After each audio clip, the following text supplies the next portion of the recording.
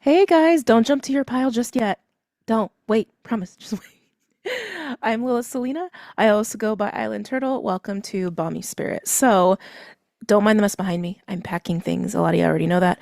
Um, the reason I don't want you to jump just yet, I want to kind of give a little bit of an explanation as to why I'm doing these and also what I mean by sacred bond, and you'll see that in the title as well. So, the reason I'm doing a pick a card for Sacred Bond readings for this week in particular, we have a lot going on in terms of partnerships and relationships. Thanks to Juno, thanks to Venus, all kinds of things going on. I spoke about it on the October 13th live. Excuse me, so if you didn't check that out, go ahead and check that out under the live tab. This will be under videos tab. I believe that's how it's organized these days. But sacred bonds, what do I mean by sacred bonds? What I mean by that is um, relationships of all kinds, right? Friendships, family, coworkers, romance, etc. Relationships of all kinds, but relationships in particular where there is either a spoken or unspoken agreement, contract of obligation of we are showing up in this way for this reason, for this purpose. I'm bringing this to the table, you're bringing this to the table. This is why we're interacting with each other. Again, this could be spoken, this could be unspoken. I do believe that a lot of these sacred bonds are what people would identify or perceive as soul contracts, if you will. And also, I would say in particular, there may be certain themes about these sacred bonds around this time, around teaching student mentor kind of relationships, professional kind of relationships, where there's like a literal learning component or a literal like exploring, growing in some way, or even like professional services, counsel sort of deal. I also suspect that some of these bonds could be new at this time or deepening at this time with people who are maybe outside the box, like people who are a little bit eccentric or unconventional, or your dynamic is unconventional compared to what you've experienced with other people in the past. Um, I also expect that at this time, some of these sacred bonds have a little bit of a push and pull between independence and showing up in a connection for a specific reason, obligation, duty, etc., in the ways I've already mentioned. I also believe that some of the challenges that may be coming up at this time may have to do with being grounded in your desires, in your wants, in your hopes, in your wishes, and not being too lost in the sauce, if you will. Okay. So that's what I mean by sacred bonds. We're going to have a lot going on with sacred bonds for the rest of the year, all the way up into the winter solstice. And I also suspect going even beyond that. Okay. So we do have 3 cards today. So we're going to go ahead. I'm like still juggling all my timing and everything. So we're going to go ahead and take a peek at that. But before we do, I'm going to guide you a little bit into breathing, to getting in your body, to choosing which one is best for you. Okay. So let's go ahead and can't see and do that. Okay, so picking back up here, we have 3 piles. Um, there was a call to use tarot actually as like the main theme of each pile. So we have pile 1 with Hierophant, pile 2 with Lovers, and pile 3 with the Moon. That being said, before you go ahead and pick, I really recommend that you just take a minute and even just close your eyes. If you're driving, please don't do that.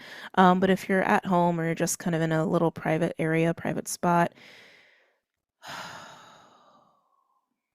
let's just take a minute.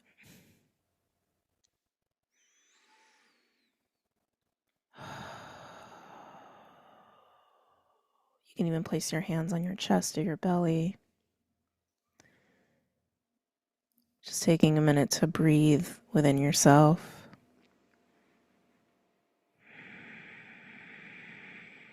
To feel calm, to feel relaxed. Let yourself relax.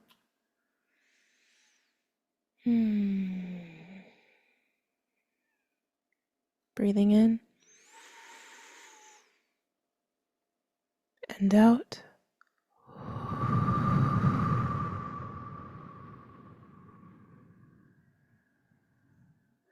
Again, breathing in and out.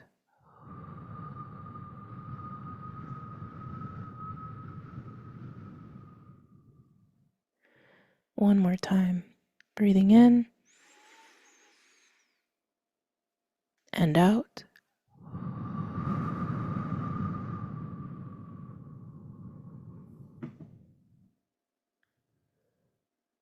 And as you open your eyes, your first instinct, the first pull is your pile. Now, you may feel called to multiple, and there are many people who watch all of them. A lot of times when I do pick a card or pick a pile readings, there are messages in all of them.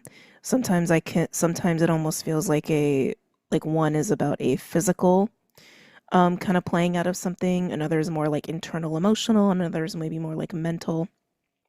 Sometimes people see progressions in my pick a card readings where like pile one could be more like the beginnings or the past, and pile two could be present, and pile three could be the future. That also happens a lot actually with my readings. But whatever your pile is, let's go ahead and venture in. See you there.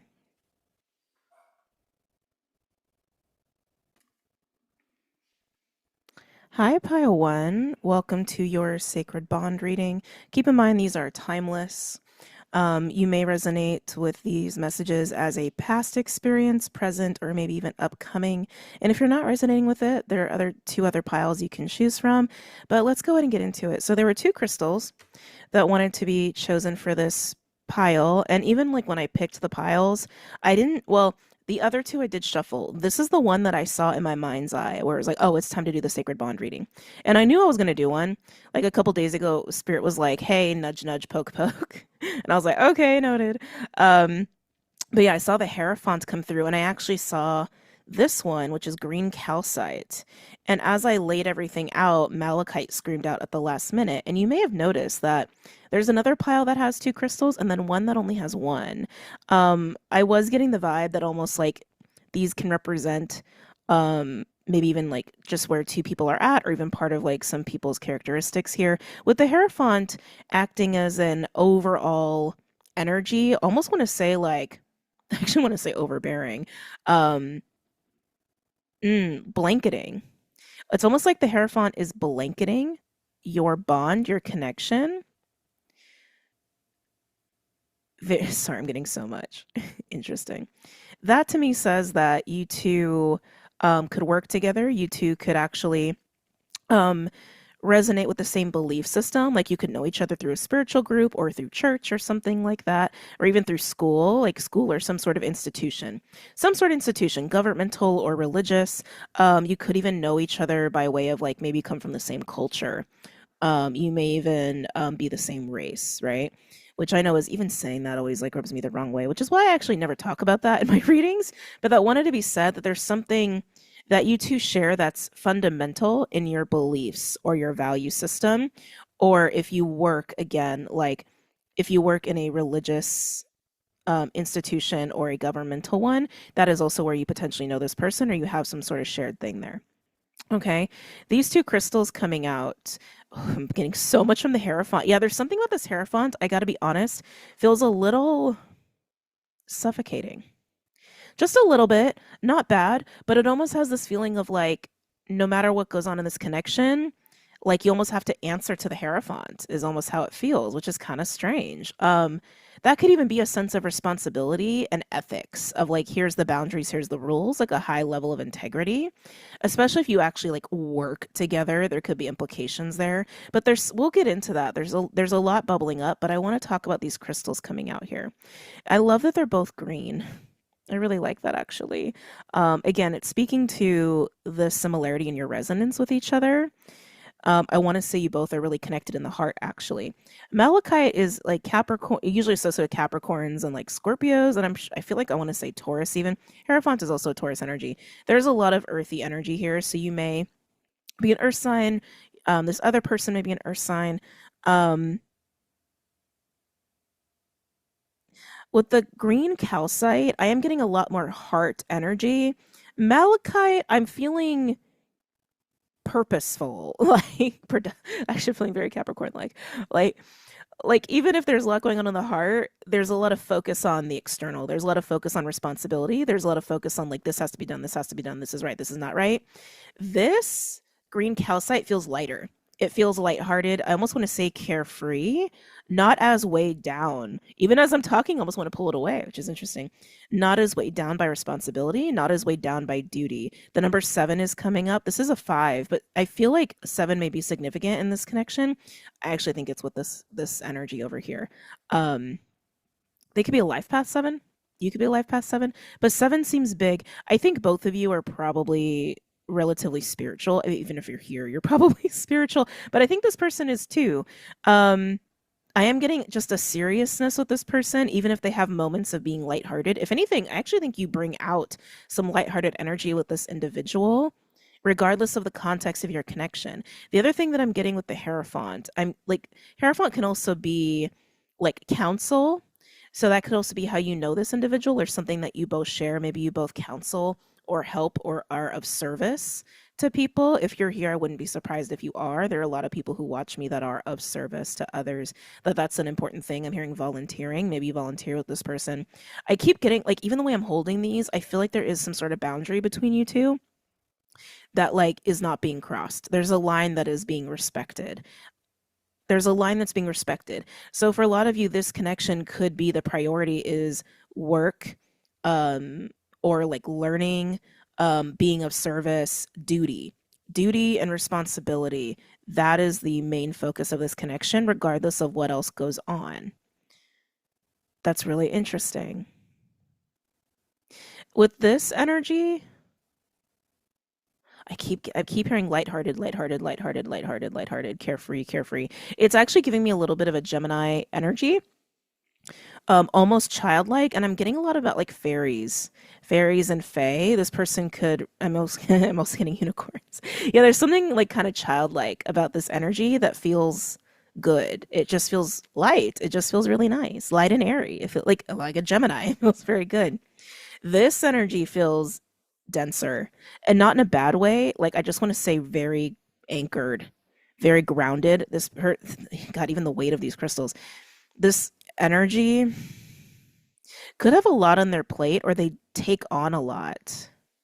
I think this energy may also sacrifice a lot for in the name of the Hierophant, in the name of responsibility or duty or ethics or being of service or values or what have you. Even as I'm talking, I keep pulling my hands apart. Whatever's between the two of you, whatever this wall or this line or this boundary is, hold on a second. Excuse me. Whatever I'm seeing bats. Whatever this wall or boundary is between the two of you, I feel like it's almost acting as a repellent. It's almost like pushing you two away when there's actually like, I almost want to do that. When there's a lot in common. When there's a lot to, yes, you know, I'm like, no, let's like not have such a strong boundary.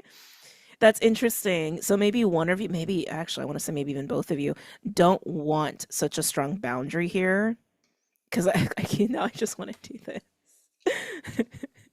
Just kind yeah, if you're resonating with this kind of carefree, lighthearted energy, you bring it out of this person, and I think it's actually really sweet. Um, Regardless of age. So that's interesting. So for some of you, there could be an age gap here. And again, this doesn't have to be romantic. If anything, it just feels playful. It feels playful, it feels friendly. And again, integrity seems to be a huge theme here with you two.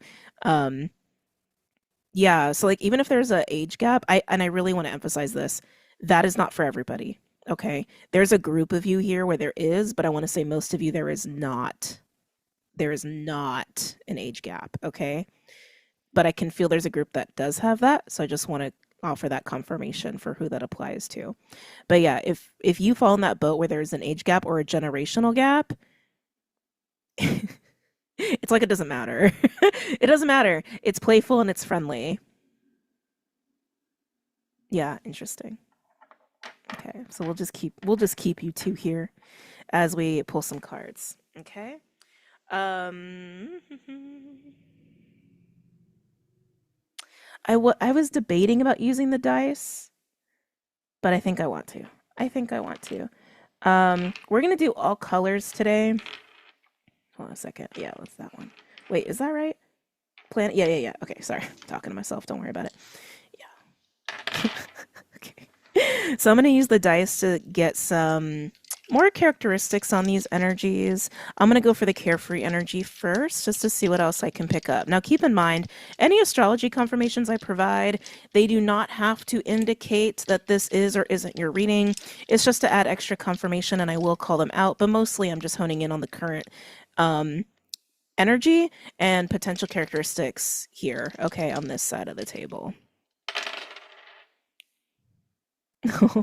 Okay. And we have 6. Ooh, I got the North Node.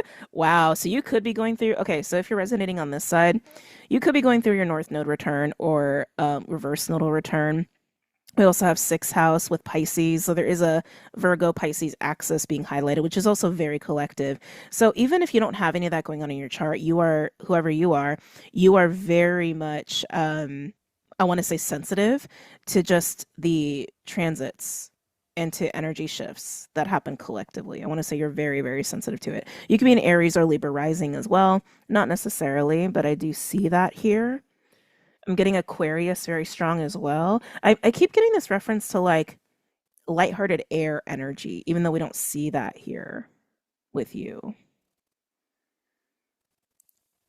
It also makes sense as well if you would be someone who is of service or who likes to help. And now I'm getting kids. Maybe you like to work with kids, or maybe you want to work with kids. Kids could just be very drawn to you, but I think it's this lighthearted energy. Ooh, thank you, Spirit. Some of you, this lighthearted energy is new for you. Some of you, it's new for you that maybe you had a little bit of a heavier heart, and that has recently been, I'm getting 2 and 3, maybe 2 or 3 weeks, 2 or 3 months ago. You went through a shift with that. Summer might have been significant. Oh, thank you, Spirit. You may be flashing back to summer solstice. I'm getting that too. There may be something about summer solstice or someone you were interacting with at that time. Could even be this person for some of you, not all of you. Anything else with this individual? I keep getting fairies. I do. I keep getting fairies and fae. You could be someone who spends a lot of time in nature, or again, very much like, aware of the fae. And now I'm getting like leaving things, maybe like leaving offerings. That's kind of cool. Music is coming through really strongly. The flute in particular, you could be drawn to the flute. You could have a flute. You could be just drawn to sounds at this time as well. Again, very light, very, very light. I'm also getting a recent hair change. You've either done this recently or you're about to or you're contemplating it. And I want to say drastic. Again, just for a small group of you. Like I'm getting like dyeing it a color you would never dye it, or even just like chopping it all off. Just like an extreme hair change. Why, that's screaming Aquarius to me. Um, it's all in the name of fun. Yeah, if you're resonating with this, while your focus in this connection is very much the Hierophant, your focus is on fun right now. That's a priority for you, and I don't think it has been as much of a priority for you in recent past. Okay, I want to get an astro card for this side. I feel like this is collective. I'm already like saying it like it's collective. But take it as you will. You can resonate with that side. Some of you, this can be like a parent-child dynamic. Some of you, it's like a boss-employee. Some of you, it's like a teacher-student. Because again, there's a group of you where there's an age gap or a generational gap here. But for those where it's not, it feels like your peers. I'll say that one more time. If you don't have an age gap here, I think you're peers, you're equals. You're on equal footing. Oh, even if you're not supposed to be? That's interesting. Ooh, that's interesting. Even if you're not supposed to be. Huh. Take that for what you will.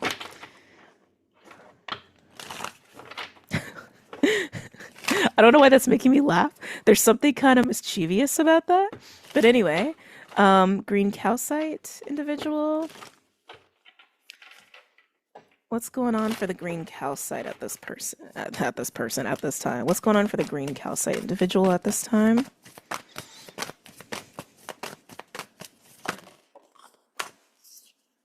Pisces, double Pisces energy. Pisces. Actually, we'll put that right there. So again, you could have Pisces prominent in your chart, Aquarius or Gemini or Virgo. These were just being highlighted. You could be an Aries, Libra rising. Again, doesn't have to be. It's just energies that are being highlighted here. So I'm not surprised Pisces is here. I feel like you are very lighthearted. I just feel like you're very heart-centered. And you're very open and you're very playful, and it just feels really nice. Anything else? You could also be very psychic. As I say that. Wow. Okay. Pisces moon. Shit. Um, I'm gonna say you're hella psychic. And then we have Taurus, and then there's a little bit of that earth energy with cultivates. Obviously, you could have a Pisces or Taurus moon, not necessarily. Um, I feel like you feel a lot, but again, it doesn't feel heavy. It doesn't feel weighed down. It feels really good. Lighthearted, carefree, playful. With Taurus being here, I also feel that like pleasure energy. Pisces also speaks to that too. It just feels like you're in a really juicy, fun, pleasure oriented, playful energy within yourself, even though you're showing up with this individual in the Hierophant or under the Hierophant. I don't like saying it that way, but that's how it wants to be said. Again, I think you do pull something out of this person with all this beautiful energy, but I do think a lot of this beautiful energy is relatively new for you. Okay, let's get into this person over here. 444 on the clock. Let's get into this Malachite individual. Yeah, every time I tune into them, I just feel like anchored. Very anchored.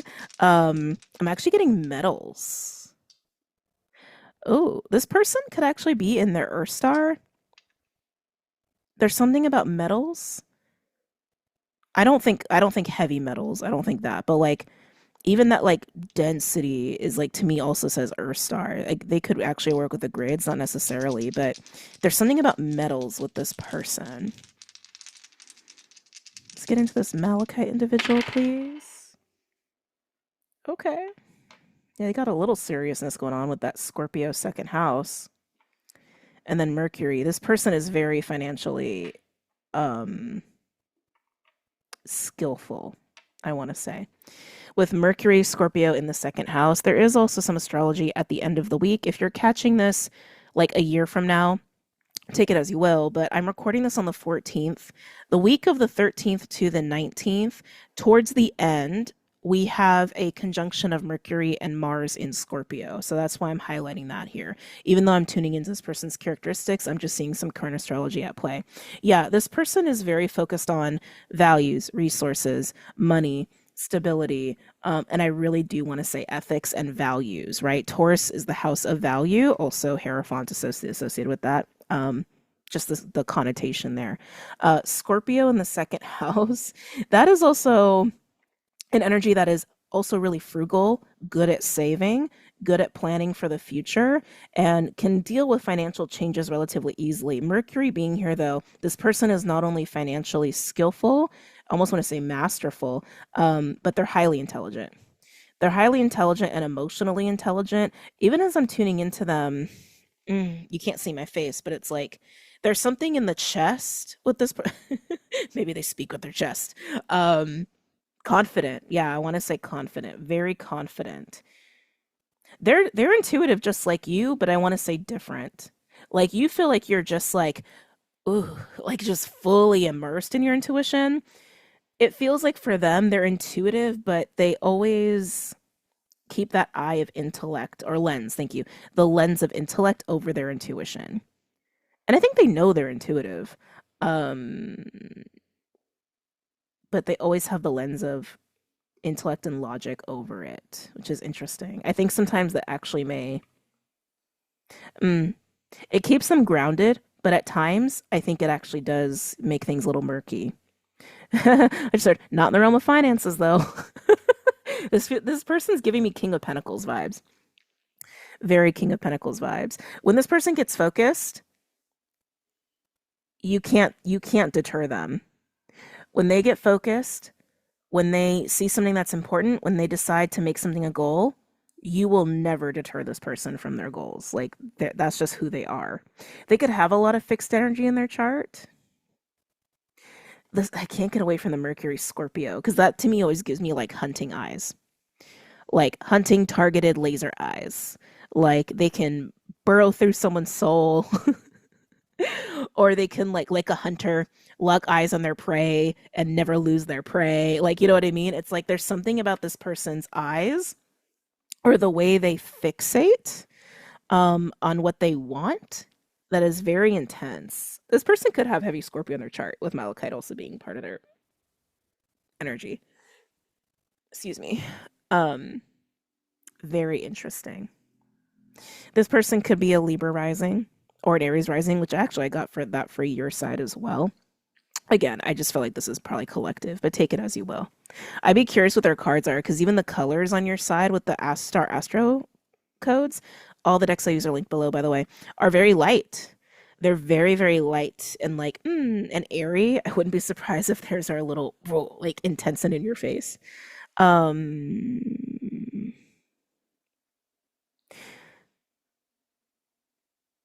I gotta be honest. I feel like this person,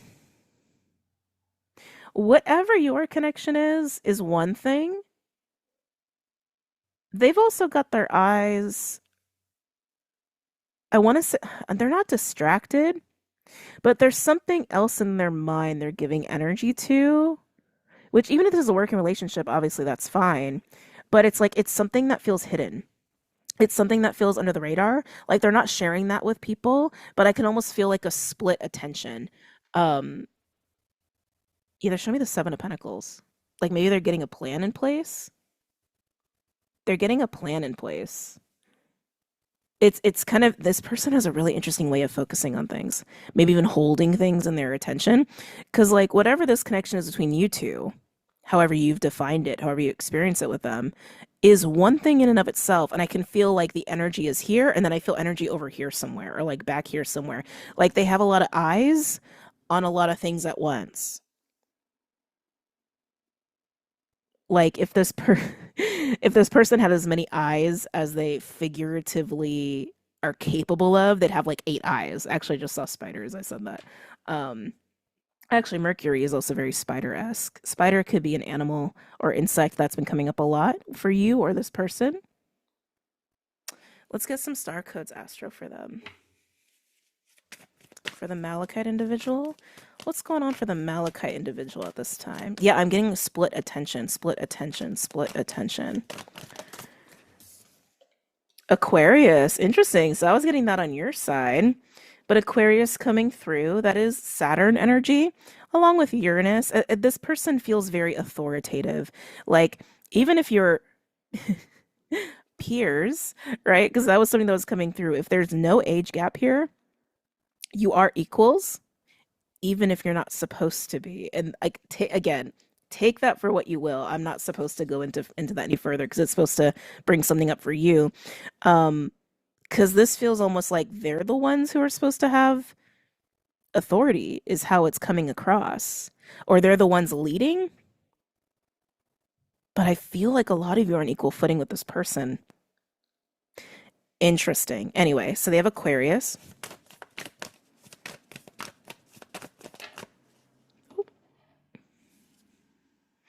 12th house. You guys got a lot of interesting things going on back and forth. Because even like I'm noticing they have Scorpio, you have Taurus. That's the axis of each other. You've got double Pisces and 6th house, even though Pisces is 12th house. You see what I'm saying? It's like I was also getting Aquarius for you, but it showed up on their side. So there is like, again, something about the two of you that's very symbiotic, even if that's not spoken on a lot. Can I get a third card, please?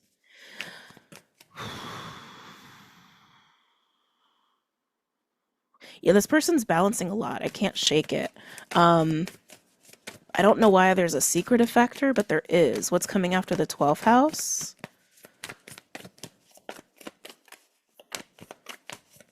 What's coming after the 12th house?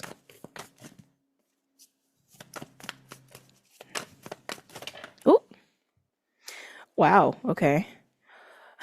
Venus and Mercury. So you both have double cards in a way. You have double Pisces, they have double Mercury. This person could come off like a King of Swords at times. I was getting more King of Pentacles, but they could come off as a King of Swords. Um, They could have a Mercury, Libra, or Taurus. But Mercury with Venus, this is about communicating and connections. But the 12th house of Aquarius, I was getting some kind of like closing or completion of something that does feel like a lesson or feels karmic-y in a way.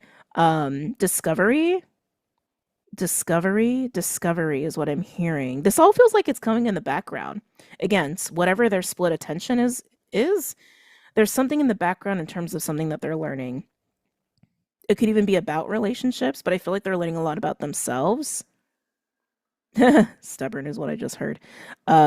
This person is stubborn. They've been stubborn. They've been stubborn about whatever it is that they are learning right now. And I feel like they're finally sequestering. They're finally sequestering to what they've been stubbornly resisting about whatever they've been learning here. I really want to say it's about relationships, but in turn, it's learning something about themselves. Maybe about their relationship patterns. I feel like it has to do with Saturn, like leadership, authority, even power dynamics, control, um, discipline, devotion, these kinds of themes. I think this person is someone who's actually very disciplined, but devotion, that's a little bit of a different story than discipline. Those are two very different things. But I can see that there is a lot going on communicatively in the relationships that's like shifting and changing, whether that's happening with you or outside of you. I wouldn't be surprised if it's actually happening outside of your connection. But you know what? Dare I say, it may also be, they may be learning this, sequestering to it because of their connection with you, because you bring this like lighthearted, playful energy. It's not, I was almost tempted to say like you soften them, and I'm like, no, that's not it. It's like you make something easier for them. You just make it easier for them to sequester. To truth? To truth. It's a very interesting connection. Can I get a card for the shared bond here? What's going on in the shared connection? We'll just take the top. Aries. That is not what I expected. So Aries in the top for the energy of the shared connection. That's confidence, that's taking initiative, that's taking action. It's very masculine-like energy. Not being afraid to act, not being afraid to go for things. Can I get a clarifier, please? I feel like that's having to do with the boundary here. Because even when I was getting before, it was like there's a little bit of a repelling happening because of there was such a strong boundary. Um, I feel like Aries almost wants to like eat it up. Can I get clarification on Aries, please? I think you both make each other more confident, which is cool.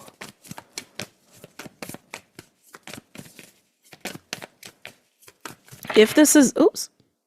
Oh, look, Gemini. Where's Pisces? Come back, Pisces. Sixth house still there. Yeah, we have transits. It says climate. Transits are about the move energy that's always moving, right? And I really want to say it's about change. We have Jupiter on the bottom, very benefic and positive and expansive about this connection. Um, if there is an age gap with this person and it's like a student teacher, boss employee kind of a thing, or it's like, again, it's like they're leading in some way, I think they've really just learned a lot about how to navigate their position because of the way you interact with them and the way you make them feel. Again, I think both of you have grown because of this connection. Both of you learned a lot because of this connection. And I think you both feel more confident as well because of this connection. But this, transits in Aries, I want to say whatever this boundary is between the two of you, I think you both actually want it gone. Um, looking for my tarot deck. I want to get a card that represents that boundary or to speak more on that boundary. I was going to save you. Let's do you. Glow in the dark tarot, please. On the boundary between these two individuals. Oh. Seven of Swords is peeking out. I keep feeling like there's something hidden on their side. We're gonna pull cards either way. Show me the boundary. What's the boundary here? Wow, this deck does not want to shuffle today.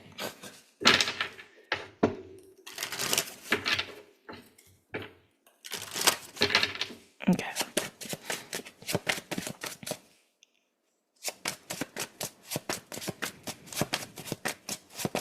Clarification, please, on this boundary between these two and Aries and transits.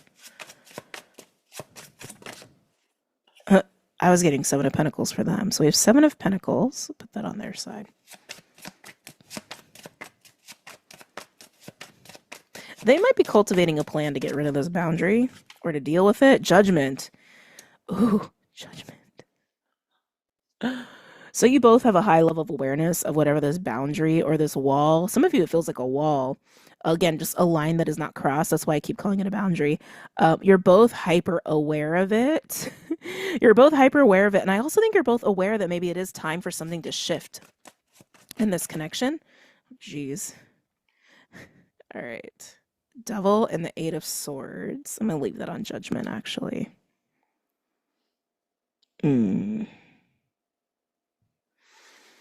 Wow, that's a feeling of being trapped if I've ever seen it. Tower on the bottom. Is that King of Pentacles? Tell me about the Devil and the Eight of Swords.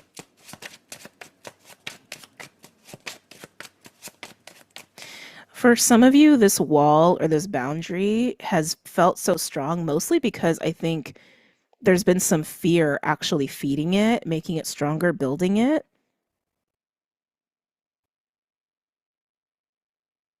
Yeah, because again, whatever this connection is, while it's under the Hierophant, there's a lot more between you two than this Hierophant energy. And it's almost like there's a fear of that. There's a fear of that for some reason. And maybe what that would mean in terms of integrity or this overall Hierophant situation. Tell me about Eight of Swords and Devil. I want to be clear. I don't feel like this is about a committed relationship. This to me feels like you both have something that ties you together or brought you together that has to do with beliefs, values, religion, culture, institutions, government, education, council, things like that. Where there's like a high expectation of morals and ethics. Tell me more about the Devil and the Eight of Swords.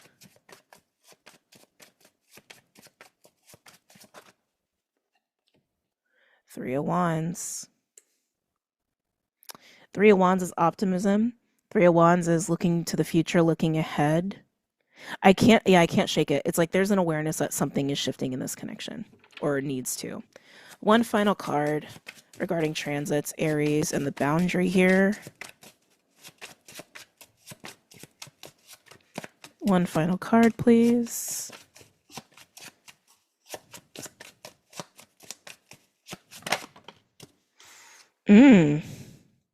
Just want to put it right there. Four of Swords is rest. It's taking time away. Could even represent sleep and dreams and that kind of deal. Recovery. I actually feel a pull within, within, with not withdrawn, just within, like pulling the self deep within. I'm feeling that more on this side. Your guys' side more than anything. Patience. I'm hearing patience. Tower is still at the bottom. Eight of Wands. Woo! Chariot. Six of Pentacles. I think this boundary is being blown open, or is about to be, when fear stops getting fed. That's what I'm feeling there. All right, let's take a deeper peek at this connection, not just with the boundary, but just kind of what's going on across the board, and then we'll move on to another connection here. Going this way.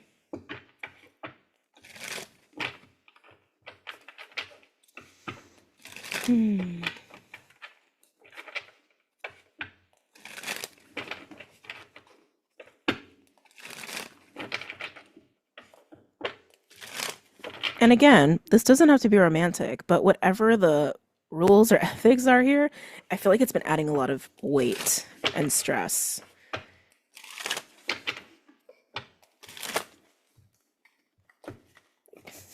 Come on now. Come on. All right. Any other messages or insights regarding this spread?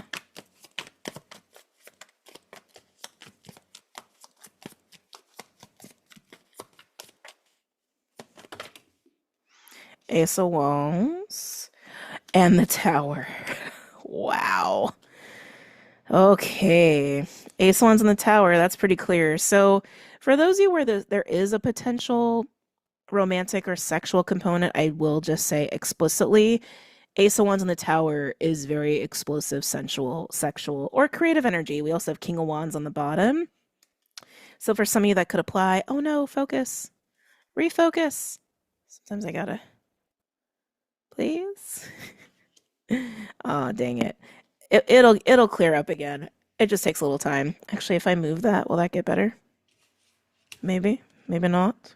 Let me try one more time.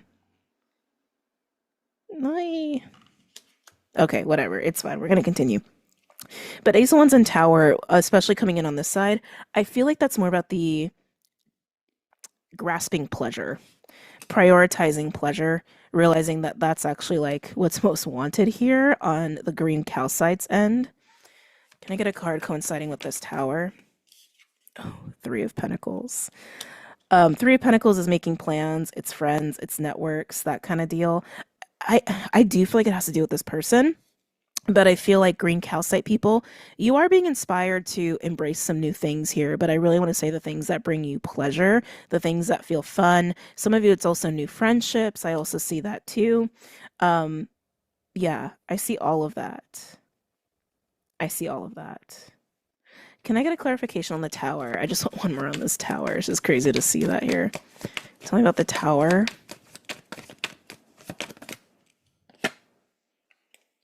Nine of Wands. That feels like the strain. That feels like the strain and the stress of this boundary, of the line we shall not cross, is that's what that feels like to me. And the Ace of Wands with the Three of Pentacles on either side, it feels like there's just a letting go of that in the name of what does feel good, in the name of what does feel exciting, and in the name of what can be built in the new, what can be pursued. Again, can just be a friendship, but green calcite people, you clearly want some playtime. You clearly want some fun. Doesn't have to be sexual fun. You just want some fun. The King of Wands at the bottom keeps jumping out at me. I feel like that could be this person's energy. With the Nine of Swords, I think they would have the Nine of Swords more than you, green calcite. I feel like, because again, they have a stronger sense of responsibility. Let's go in on the Malachite side. Again, sorry, it's all blurry.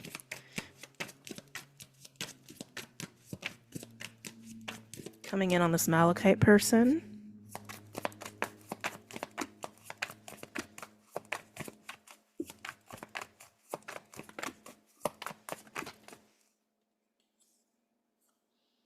Knight of Wands. Oh, okay. What else is going on this Malachite side?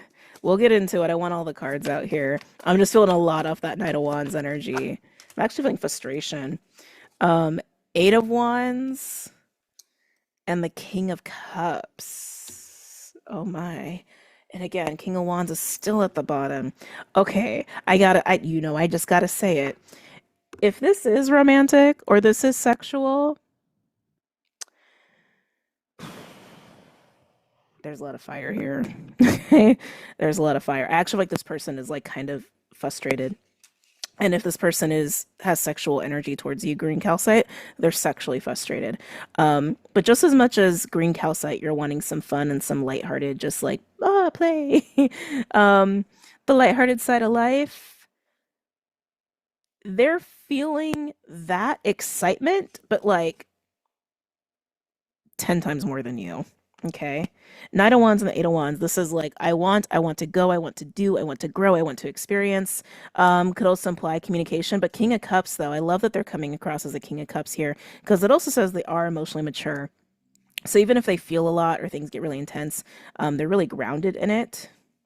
It's just crazy because like down here, I felt like we were almost in like professional land.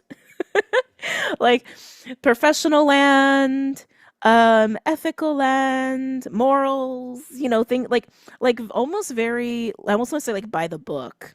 Yeah, you know what? I bet if we pull the Wisdom of Oracle, I bet we would get a by the book card.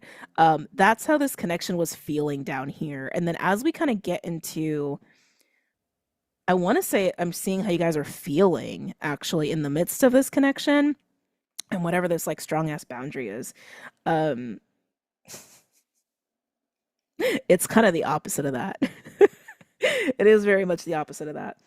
Um, Remember how I grabbed the crystals and I was just like, it's like you guys want to be like this. And I think you both do. I think you both do. Even if that's just like friendly, hey, let's just go and like have an adventure. Let's just go and like have some fun. Let's just like be humans and enjoy each other, go to a concert, whatever. Um, Even if it's just that, it's like you both want to live life and occasionally with each other. There we go. You both just want to like live life and not be so bogged down in responsibility and ethics and morals and whatever. You want to live life and occasionally you want to do that with each other. But I got to be honest though, again, if there is any sexual anything here, you both feel it, they feel it more, at least right now. Can I get one card in this shared energy?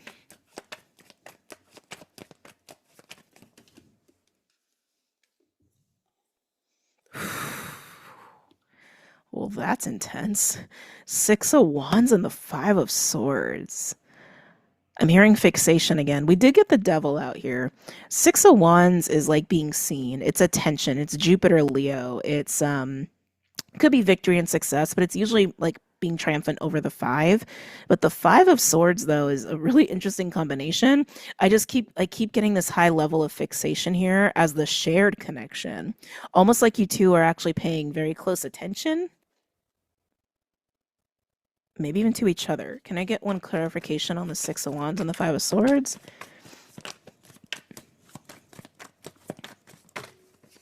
That's way too many. Just one clarification on the Six of Wands and the Five of Swords for the shared connection, please.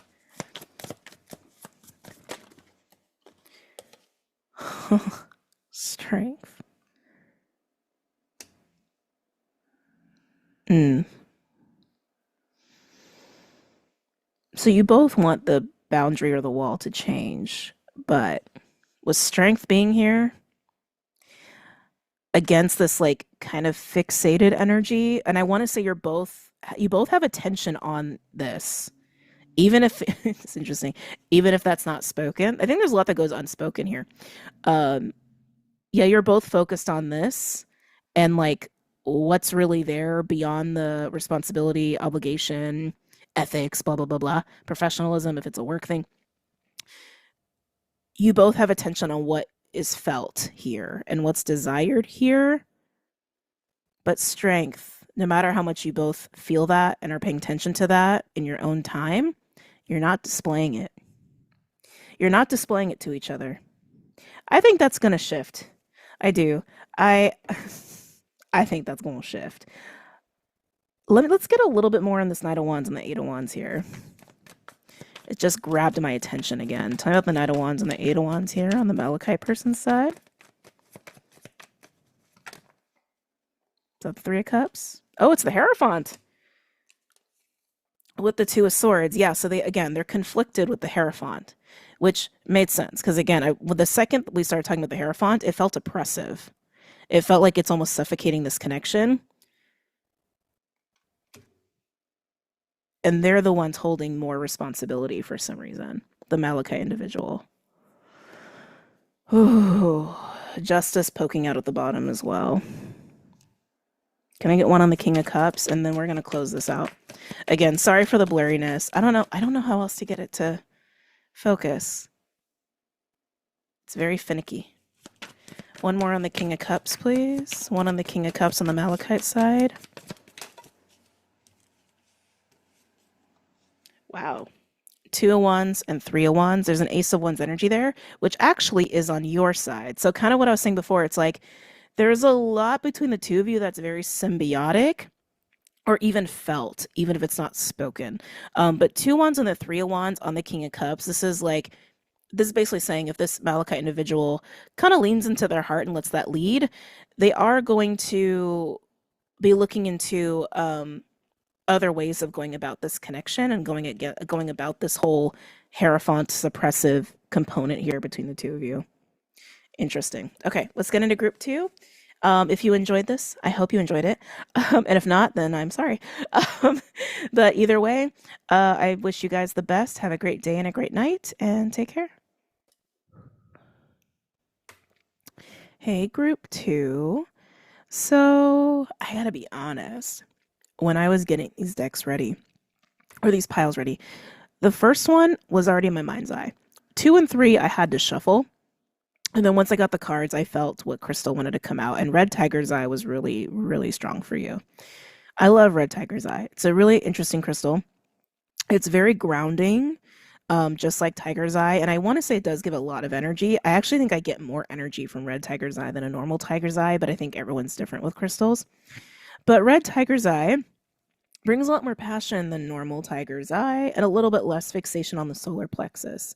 And the fact that you have lovers is not like lost on me.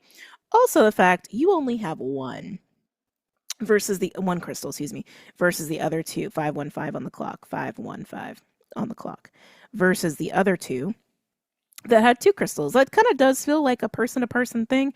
And these are sacred bond readings, right? So I'm very curious to get into this because I think that whoever's going to be resonating with this, you could be moving into a space of wholeness of self, like reconciling two very strong aspects of yourself. But I think most of you, this is a really intense connection that you have with somebody. And I think this is going to be a romance read. Just got to call it. Hold on a second.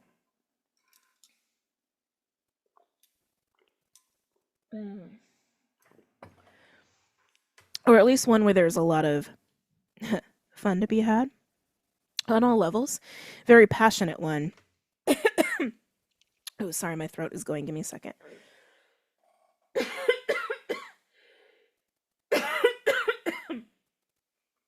Oh. Ah. A very passionate one. My throat is really, really unhappy in this reading. Maybe there's going to be some conversations going down here. I do kind of get the vibe that I don't want to say this in a way that is going to bring about distorted thoughts or thinking. Again, apologies for my throat. But I think the reason you had one crystal is that there is something about the two of you where you are one in a way. And not in a way where you're like enmeshed or codependent or two halves of one whole. Like I like none of that. None of that stuff. None of that stuff. It's like you just are in such a vibrational match or symbiosis that you do feel one with this person or they feel one with you. Some of you, this is something you're emerging into. And like I said before, I also feel like there's going to be a group of you where this is more about becoming whole within yourself. But there's a lot of passion. There's a lot of passion in this oneness with self or this oneness with another. Okay. And I want to say it is actually creating something. It's birthing something that's an extension of you or an extension of both of you, depending on what group you're in. I'm also getting high levels of protection as well. You feel very safe within yourself and you feel very safe with this person where that applies. And I do think that there is also some added spiritual protection as well. Yeah, some added protection from spirit, but that's really what I'm getting. I'm just getting that there's a lot of passion, there's a lot of excitement, there's a lot of creative fire that is trying to come forth and be birthed here through you or through both of you as one. It's just how it's coming through. Lovers is also Gemini. Lovers can be about choice. It can be about alignment. Sometimes it is about spiritually guided relationships. I would say most of the time it's not. This is about a spiritually guided relationship of self or with another. Take it as you will. If it's with another, you already know them. They're not new. And that will be confirmation. I'm starting to see like a baby blue energy. What is that? What is that? Yeah, I'm seeing a baby blue energy. Um, like very light blue, almost periwinkle. That's interesting. It's just like pooh, just like coming through the space here. Okay. It just wanted to be spoken on. Um, this is someone you know. This is not new. If you're experiencing this with another, if you're experiencing this with spirit or yourself, it feels like you are coming into this like new evolved state of being, and you will absolutely be creating or birthing something that's an extension of you and your passion and your own creative life force. That's how it won't be said. I'm not getting much else, so I'm curious to dive in to the dice here. So I'm still going to do two sides for this. I'm so curious how this is going to come through. If you're experiencing this as a wholeness of self moment, you may resonate with both sides, or both sides could represent two strong polarizing aspects of yourself that you're bringing into integration or reconciliation within yourself. Okay, so let's start.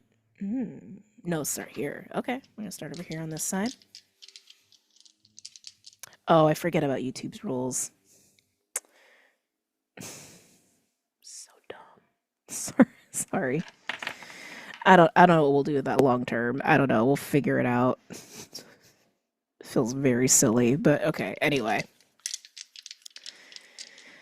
coming in on the side of the table for this first energy in the sacred bond.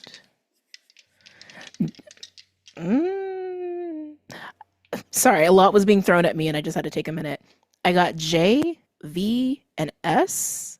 These letters could be significant, but then I thought Jupiter and Venus is what I thought, which like actually saying that in Vedic astrology, Venus and Jupiter is um that conjunction of those signs is what you look for synastry if it's like a romantic situation, like husband wife basically.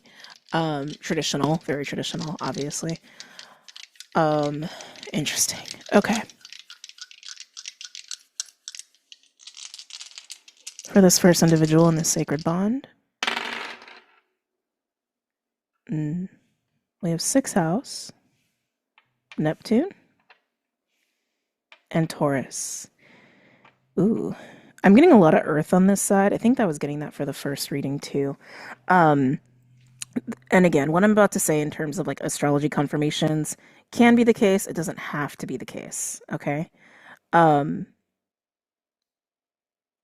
but someone could have Neptune in the sixth house.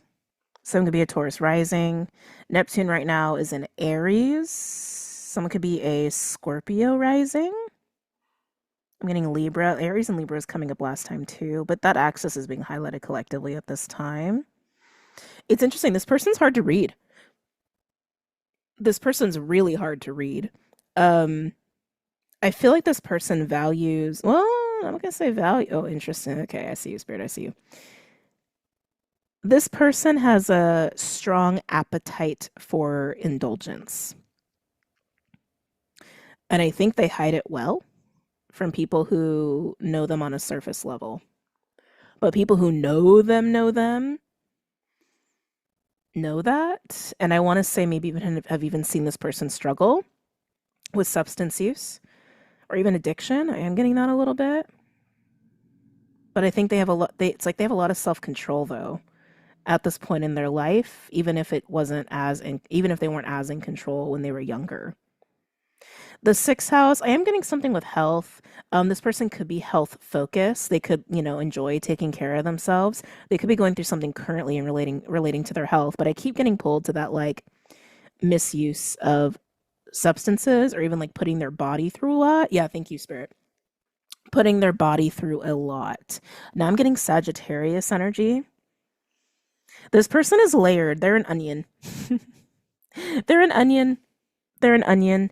And I want to say they have a lot of layers that are like they're almost so quiet because I'm channeling right now. So I'm tuning into them. And when I say quiet, it's just like tucked away. Not that there's nothing there. I think there's a lot there. Just really, really tucked away. I think this person has really good boundaries too.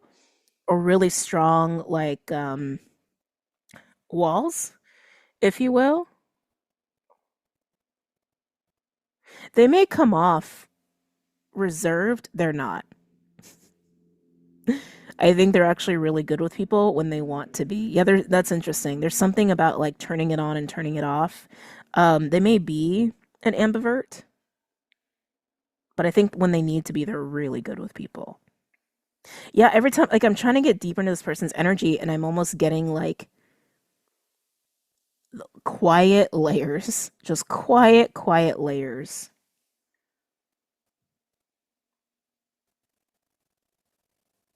I think this person's also intuitive, whether they entertain it or not. Because you know how that is. Whether they embrace it or not, I think they are intuitive. This person may also be neurospicy. I'm getting something about routines and needing to really stick to their routines. And I want to say that actually helps to keep them on track with not like giving too much to indulgence, keeps them focused, keeps them balanced. Yeah, I'm hearing keeps them on track, keeps them on track, keeps them on track, keeps them on track, keeps them on track, keeps them on track. Yeah, they may be neurospicy. Um, I don't know who coined that term, by the way, but I like it. Anything else about this person? There's so much about this person that's quiet, but I feel like there's a lot to them. I want to say they're very enigmatic, like they're very complex and intriguing, but they come off reserved. They come off serious, but I don't think that's really who they are deep down. Hmm. Hmm. Hmm. Let's pull some star codes astro for them. Oh, I know what I'll do for the picture. Hold on. We'll do this.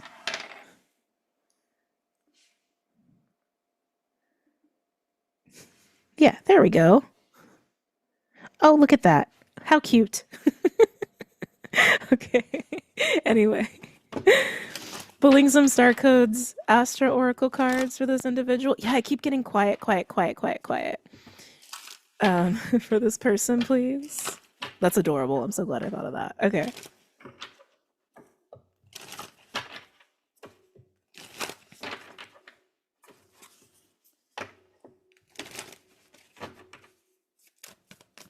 What's going on with this quiet person?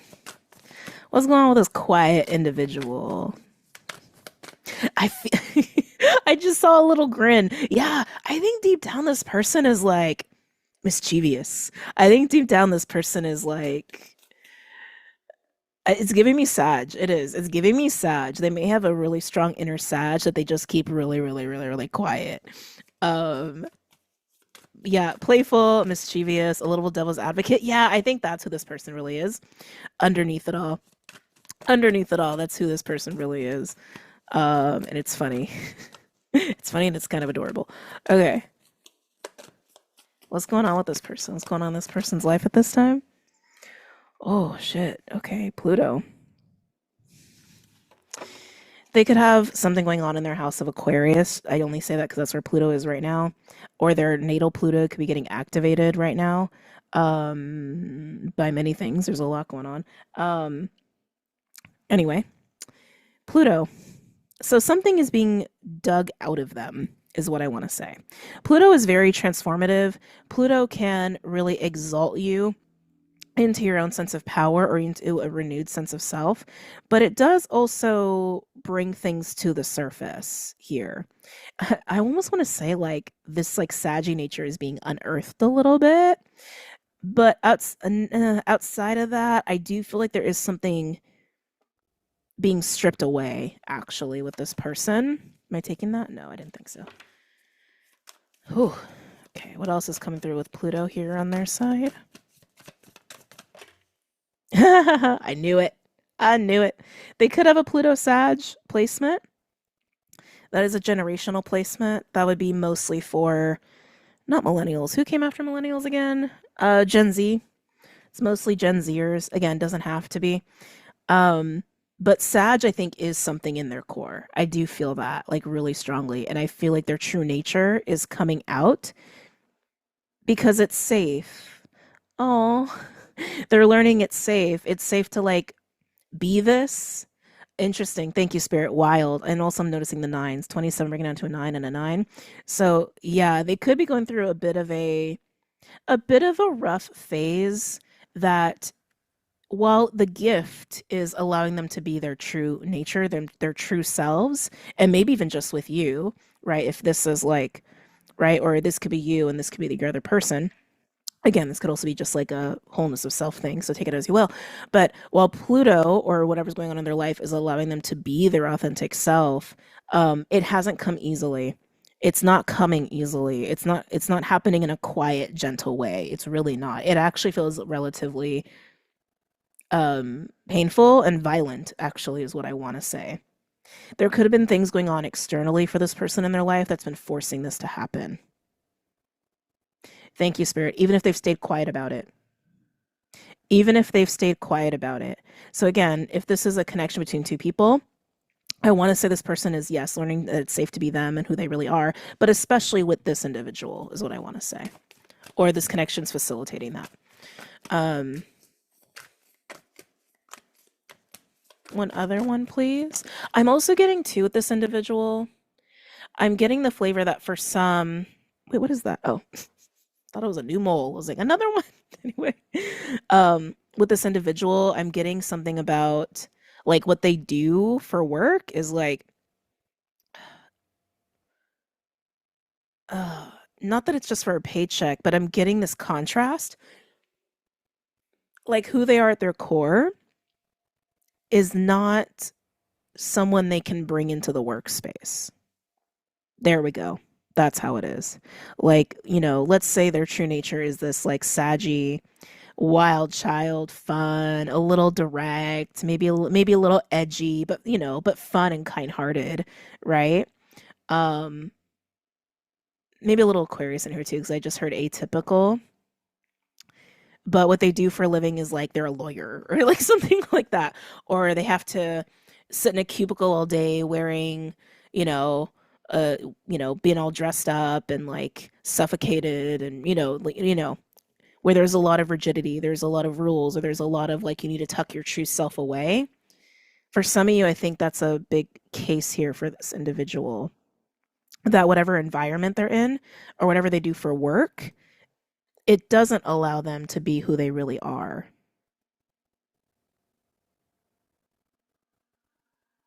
I think for some, this individual has also been learning to not be afraid of their wild self as well, that it can be accepted with the right people in the right places in the right environment. Can I get a third card for this person, please? Oh, second house, resources. Ooh, an opposition. I feel like this person's going through something with work. I can't shake it. With work or anything that affects their finances, which is also why I say work, right? That's how most of us make our money is through work. Um, but yeah, yeah, they've been getting stripped of beliefs and environments and anything that's been making it feel very unsafe for them to be their true wild self, their true passionate self. I also want to say silly. I keep getting something about like an Aquarian edge with this person, like unconventional, atypical, not mainstream, doesn't totally fit in. Maybe even odd. Maybe this person is odd to most people, but that opposition, I feel like that's what they've been in. That's what they've been in, and I want to say it has affected their money, or it's been relating to their finances in a way where it's like, if I continue to not be myself, my money will be okay. Is almost how that's feeling. But if I am myself, my money's in jeopardy. That's what I'm getting with this individual. Again, even if they don't say anything, I feel like on the surface, this person's mostly quiet, even though that's shifting and that's changing, even if it's just between the two of you. Because Sagittarius is very vocal. Saggy is very like direct, outspoken. Here's the truth and nothing but the truth, right? That's Sagittarius. And with this Aquarian vibe I'm feeling with them too, it's like I think that when they are their true selves or they're brave enough to go there, they are a really unique individual and they are very outspoken. And maybe there have been times where, because like, okay, because I'm hearing the word righteous. I'm hearing righteous with Sagittarius. Um, Sometimes that can be a little bit of a know-it-all energy, and maybe this person has come off that way, and maybe that they've like pulled their inner nature back a little bit because of that. I do feel that. But yeah, this person's been going through a lot. They've been going through a lot, and I want to say with work and money, but it has been directly affecting their relationship to themselves of how authentic they are or not, and their own relationship to their own wild primal nature and not being afraid of it, letting it hang out a little more. But I want to say specifically within this connection. Interesting. Okay, let's get to the other side here. To the other side of this connection. What day is it? I don't know. I thought it was Friday. It's Tuesday. What a weird week. Okay. Other side of this connection, please. Oh, very interesting. 11th house, Aquarius, Leo, very fiery, and Neptune. So you both have Neptune. That nod to Aquarius is showing up on your side, but also with Leo. So that also gives me like a 1-7 kind of vibe. What I mean by that is like the 7th house to the 1st house energy, right? So that's like the same axis, like Leo, Aquarius, Taurus, Scorpio, Virgo, Pisces, etc. You get it. So that's being, you know what? I always equate the opposite of the side with the collective. It just seems to be the case. So we're just going to run with it. If it's flipped, it's flipped. If you're all of this energy because you're going through a wholeness of self, then you know. But let's get into this. Super creative. Ooh, ooh, ooh, ooh, I like it. Super creative and very out there. When I say out there, I mean like out in the world, like very seen. There we go. That's what was so hard to say. Very seen. This individual over here is very seen, whether that's because of the way you dress, the way you like do up your outfits and your hair, or like the way you just like aren't afraid to put yourself out there.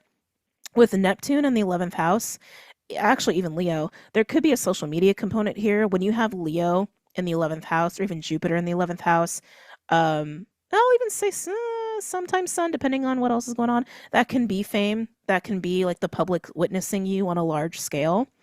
Um, but you're just out there. You're out in the world. You put yourself out there. You're very out there over here. And the way you're interacting with this person, that could also be why you're kind of like helping them bring out their true nature, their true selves, because you're just out there. That's just how it keeps coming through. Interesting. Okay. What else is going on here?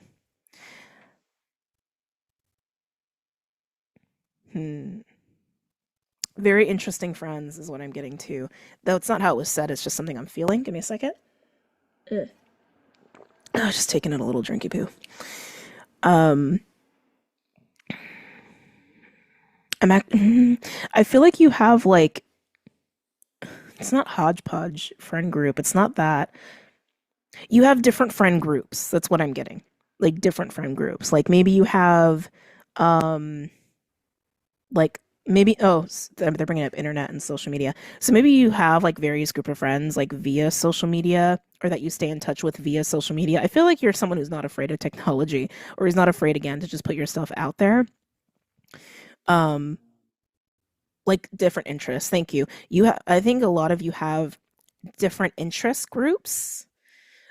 I just keep getting it like this, like kind of spread out. There was a reading I did sometime last couple weeks where green and black were being highlighted, like a neon green. I'm getting those colors again. I don't remember what reading that was or what it was about, so maybe you resonated with that.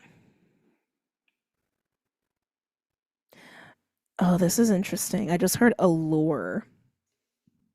Sorry. Sorry, guys. I just got the word allure. There could be a lot of people captivated by you. I'm getting that off the Neptune with the Leo. Yeah, people could be very captivated by you, but and please don't take this the wrong way, it's just how it's coming through. I'm hearing shattered illusion. Um, I feel like when you get really close to people, like they may have a lot of expectation. and then that illusion of what they expected or even projected onto you is shattered. You both of you may have a very strong Neptune connection with each other, like in your charts. You may even just be intuitively very connected with each other. Um, yeah, I'm getting shattered illusion. I think you get projected on a lot because even with like social media, I'm also getting this thing of like mirrors. So something that's coming up and being highlighted is something that I was kind of sitting with maybe like 2 months ago. Sometimes I just like sit out in nature and there's a lot that comes to me and I just start waxing philosophical with myself and spirit. It's just what I do. Um, but this whole thought form around mirrors, um, and how we kind of like throw things out into the void, whether that's spirit or things like social media. Like social media in and of itself is kind of like walking through the halls of a mentee, right? People are just putting themselves out there, saying whatever they want to say, doing whatever they want to do, and then people go and watch their channel, watch their page, whatever. And they're absorbing that. They're absorbing that like lens of truth or that lens of that particular reality. And so social media is kind of like it's kind of like a living halls of a mentee. And if you don't know what that means, don't worry about it. It's like a living hall of mirrors where you're seeing what people mirror and project out into the world and how some people will absorb that image, even if it's not their own, right? That's definitely a thing that happens on social media. And you can kind of fall down these rabbit holes of mirrors or rabbit holes of thought forms, rabbit holes of beliefs, even like realities, I would even dare say. And if you are someone with that 11th house Leo, Aquarian, Neptune energy, that could be something that happens to you a lot where people just project onto you or there's like a mirroring thing that happens with you and other people. And I want to say the illusion always gets shattered at some point. That might not feel so good. Um, yeah, that might not feel so good when that happens. But mostly, I'm just seeing that you're very seen. Not seen accurately, you're just witnessed. You're witnessed a lot or people take notice of you a lot. That's just what keeps coming up and keeps coming through. Is there anything else here? Not really getting anything else right now, but let's pull some other cards for you. For this side of the table.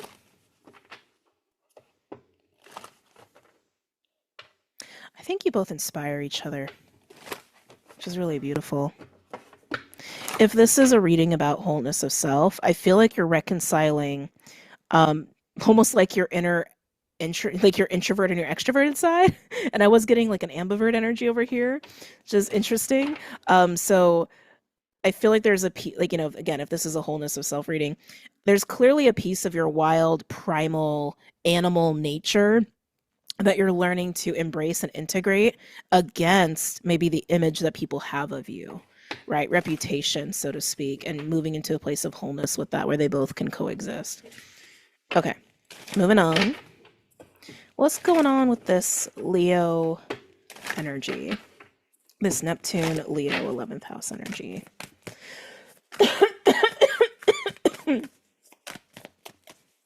Starfish is coming up. Could be a synchronicity, but starfish to me is a medicine that gets a lot of attention, so it's not shocking. They want me to confirm something because I think some of you guys are resisting some of this here, even if it's true. If you're being witnessed or you're getting attention, it doesn't have to be positive. There we go. Some of you, I actually want to say, get stared at and you don't realize it, or if you do realize it, I think you think it's for negative reasons. I think people stare at you because you're captivating, or there's something about you that's very alluring. Again, allure is coming through. You could have strong siren energy too, male or female. We have first house. That's interesting. First house is the I am. It's the self. Oh, Lord. Sorry. This camera does not like to focus, man. Once it gets out of focus, it's like, I'm staying out of focus. Oh, there we go. Thank you. First house is the self. It's the I am. I feel like this individual over here, when it comes to the projections, the mirroring, the shattering the other people's illusion of them, right? I feel all of that with the first house. Almost like this, here's who I am. Here's who I am. Stop projecting. That's what I'm getting. Um, Again, whoever you are, you put yourself out there, even if people want to project onto you all day long. Anyway, wow, solar flares. I feel like you're really confident, even if that confidence is new. With solar flares and activate, um, ooh, I just saw a train and I saw the wheels going. Um, Something is picking up steam in your life, whoever you are over here. Something is picking up steam really fast. I want to say it's a creative streak. Yeah, I want to say it's a creative streak. Can I get a third, please?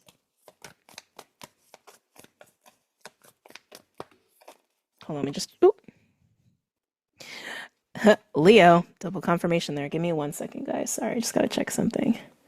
So much is going on over here these days.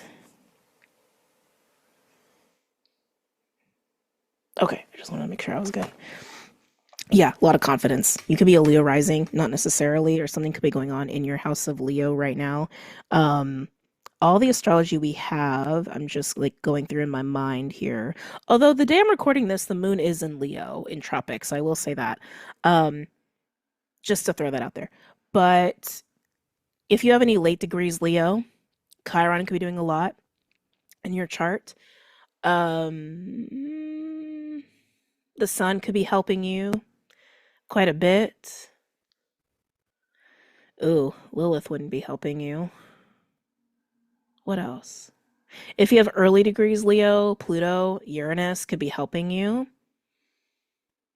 Neptune could be helping you. Ooh, actually, yeah, if you have any early degrees Leo, yeah, ooh, that's nice. Yeah, Neptune, Uranus, and Pluto could all be helping and supporting you at this time.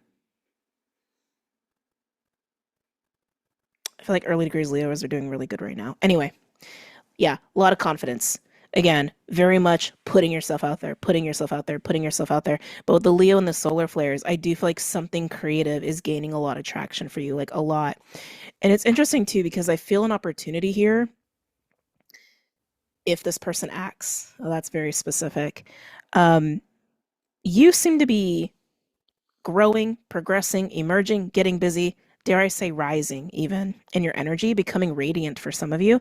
This energy over here is learning to like break into who they really are and show that.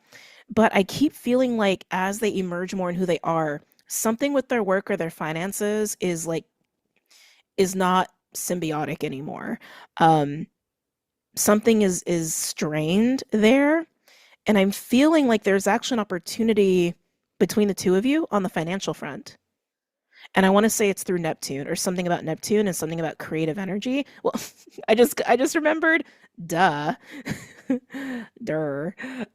Flashback to the 2000s. Maybe that was late 90s. Anyway, with the red tiger's eye, birthing something, creating something with just sheer creative energy and passion. There is an opportunity here, but it's up to this person to initiate that. Can I get a shared card, please? A card for the shared energy in this bond. A card for the shared energy in this bond.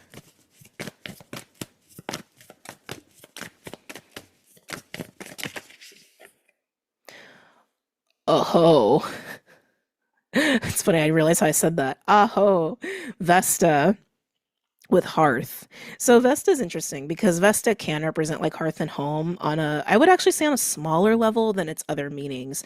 Vesta is like is the sacred flame. So I see the flame all contained there, all pretty with rainbow around it. Vesta is blueprint energy, is how I look at Vesta. It's our sacred passions. It is the Ace of Wands, and this is the shared energy. Yeah, I think you two could do something together, create something together, and it could be incredibly fruitful. I just saw a glimpse of the North Node card. Oh, oops, sorry. Oh no, South Node. Oh, my bad. It's interesting. I thought it was North Node though.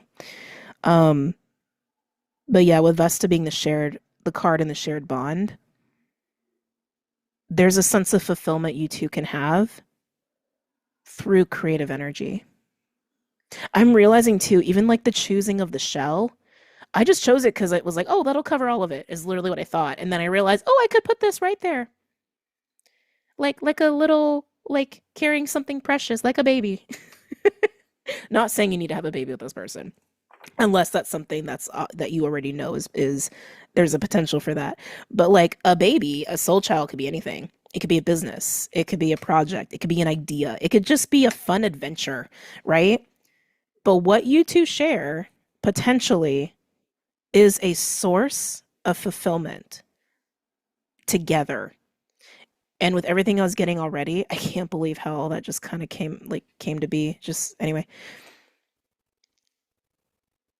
you can create something as an extension of yourselves, but it's through passion.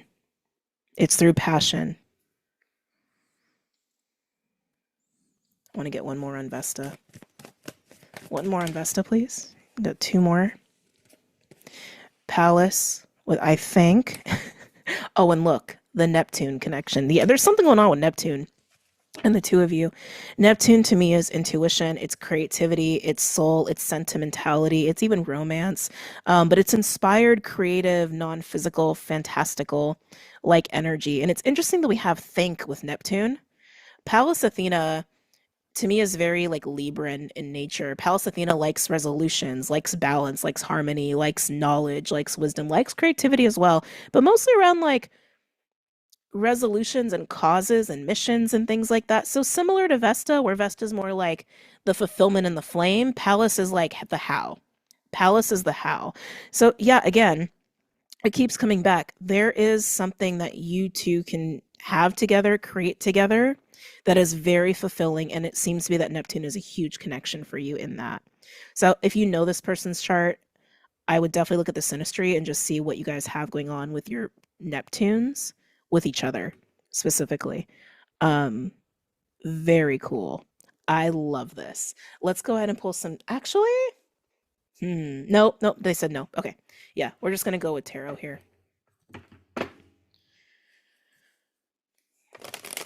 And in the first spread, I did like I pulled cards going across the board, but I definitely had them segregated. I feel they need to have it just as one. Just seems to be matching the theme here with you two.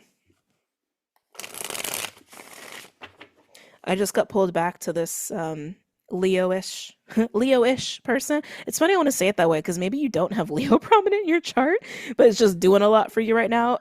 There could be a lot going on with your solar plexus. I also say that because Leo and solar flares, even the first house, again, it just keeps giving me confidence, confidence, confidence, and something rising out of you. I just keep getting that. Anyway, let's continue. Okay, I don't know if there's going to be a theme throughout the readings, but in the first spread, at some point I saw bats, and I almost want to laugh because this is like kind of funny. I'm getting Batman. I don't know why I'm getting freaking Batman. Batman. Just had to say it. I'm just seeing Batman for whatever reason or another. I feel like that's got to be a confirmation thing, but the bat thing, I don't know. Okay, one. I'll do two more shuffles. Wow, this deck is really stiff today. It's funny how decks do that. Oh my god, it's like hurting my hands. Okay, there we go. There we go. Any messages or insights regarding this sacred bond at this time? For the collective's highest good, any messages or insights? The Fool. Taking a risk, taking a chance, taking a leap. Beautiful. Some of that rising energy coming through. The Fool is also usually the beginning of something totally new in terms of like a new cycle or a new experience, right? The Fool to the world and back again. But it's fearless.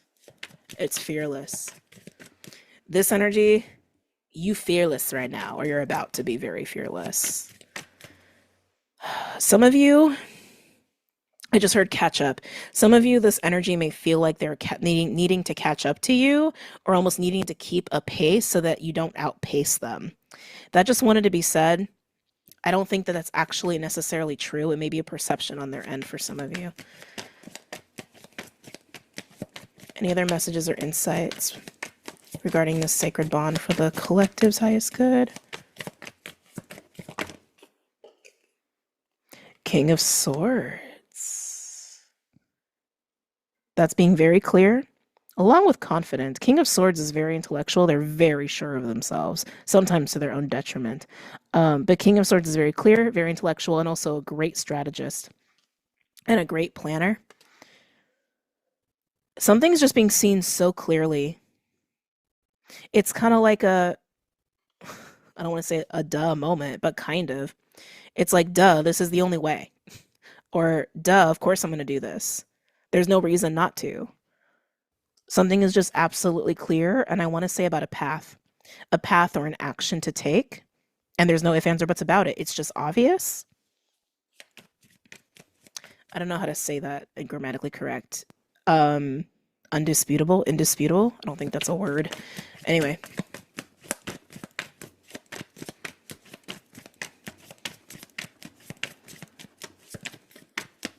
you may be feeling very bold and ballsy. I'm just saying. Not mad at it. Not mad at it at all. They should bottle it and we should be able to drink that shit every day. Any other messages or insights regarding the sacred bond? Knight of Wands. Sagittarius energy. Again, a lot of chutzpah here. A lot of confidence, a lot of fire, a lot of just undeniable fearless. Fearless is a word that's being used a lot, and I really want to say it's in terms of this energy over here. Of like, of course, this is the way. We see that, we know that, we feel that, we're excited about it. Of course we're doing this. It's just very matter of fact.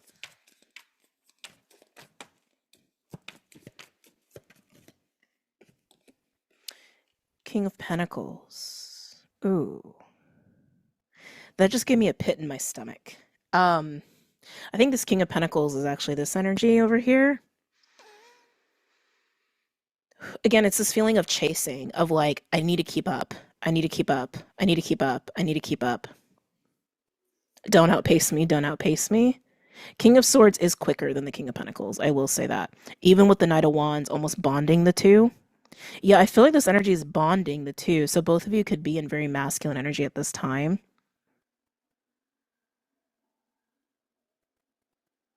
Thank you, Spirit. Some of you are just needing to exert a little bit of masculine energy to take on this full energy. But there's actually a nice balance of all energies, is what Spirit is saying. Even if the cards are not indicating that. Even if the cards are indicating that. I keep feeling a pit in the stomach on the King of Pentacles. Can I get a card on the King of Pentacles? Can I get clarification on the King of Pentacles, please? Ooh. That's the pit in the stomach. Oh yeah, that'll make a pit in the stomach. Eight of Swords and the Ten of Swords. There's a Two of Swords energy there. A lot of air energy. So yeah, again, I feel like that's this person. A couple things though, like one being a positive thing. Eight of Swords is how we kind of close our minds off. It's how we get restricted in our thinking, right? It can represent limited beliefs. Sometimes I get anxiety with the Eight of Swords, but it's not seeing something clearly. Even though something will eventually be seen clearly, I feel like this energy is struggling a little bit. But the good news is with the Ten of Swords, they are going to move past it. It's almost like whatever the pit in the stomach is on the side of the King of Pentacles, it is being done away with by choice. Oh, by choice. The Two of Swords energy. Two of Swords is Moon Libra. It speaks of choosing or aligning to a certain truth or being blinded. And remember what I was getting at before, like there's a lot in this shared connection that can be birthed in a very fulfilling way for both of you, but this person has to choose it. They have to initiate it, and that's what I'm seeing here. Yeah, as I'm talking, my stomach is like getting really like unhappy. They know it. They know it, and they have to get out of their own fear. They have to get out of their own way to say yes, or to initiate it, or to go for it. I'm being brought back to their finances. With the King of Pentacles, second house in the opposition, I was already getting with their finances. It's like it's creating friction against what they really want, against who they really are. And that might be part of the I almost want to say gut punch, which is interesting. That they may need to shift the way that they think. They may need to shift the way they believe. Thank you, Spirit. And to not think in absolutes. That's how that's coming through. To not have black and white thinking. There can be many things that coexist at the same time, even if other people don't think so. So whatever's going on in this person's work or financial life, I think is creating some of this like limited sight or limited way of looking at something. And again, keeping them from being who they really are, and maybe even keeping them from doing this like creative birthing energy with you. And I say you because I just feel like that's you. Um, but they just have to choose to open their mind. They have to choose to see the possibilities here and really get out of their own way and out of their own fear. As I say that, 9 of Swords. They're 8, 9, and 10 of Swords. They are 8, 9, 10 swords in this situation.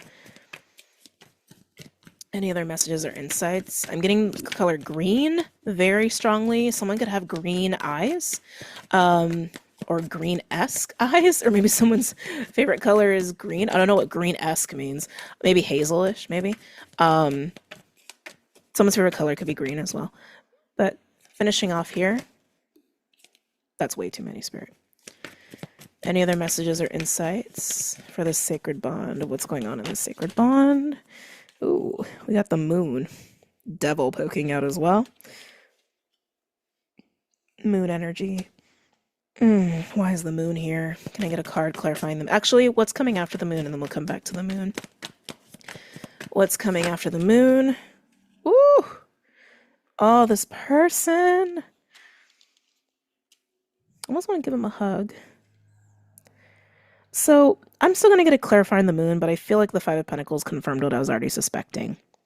The moon and the Five of Pentacles, all this friction that they're feeling with finances, with work, against who they really are, and like, is it safe to be really who I am?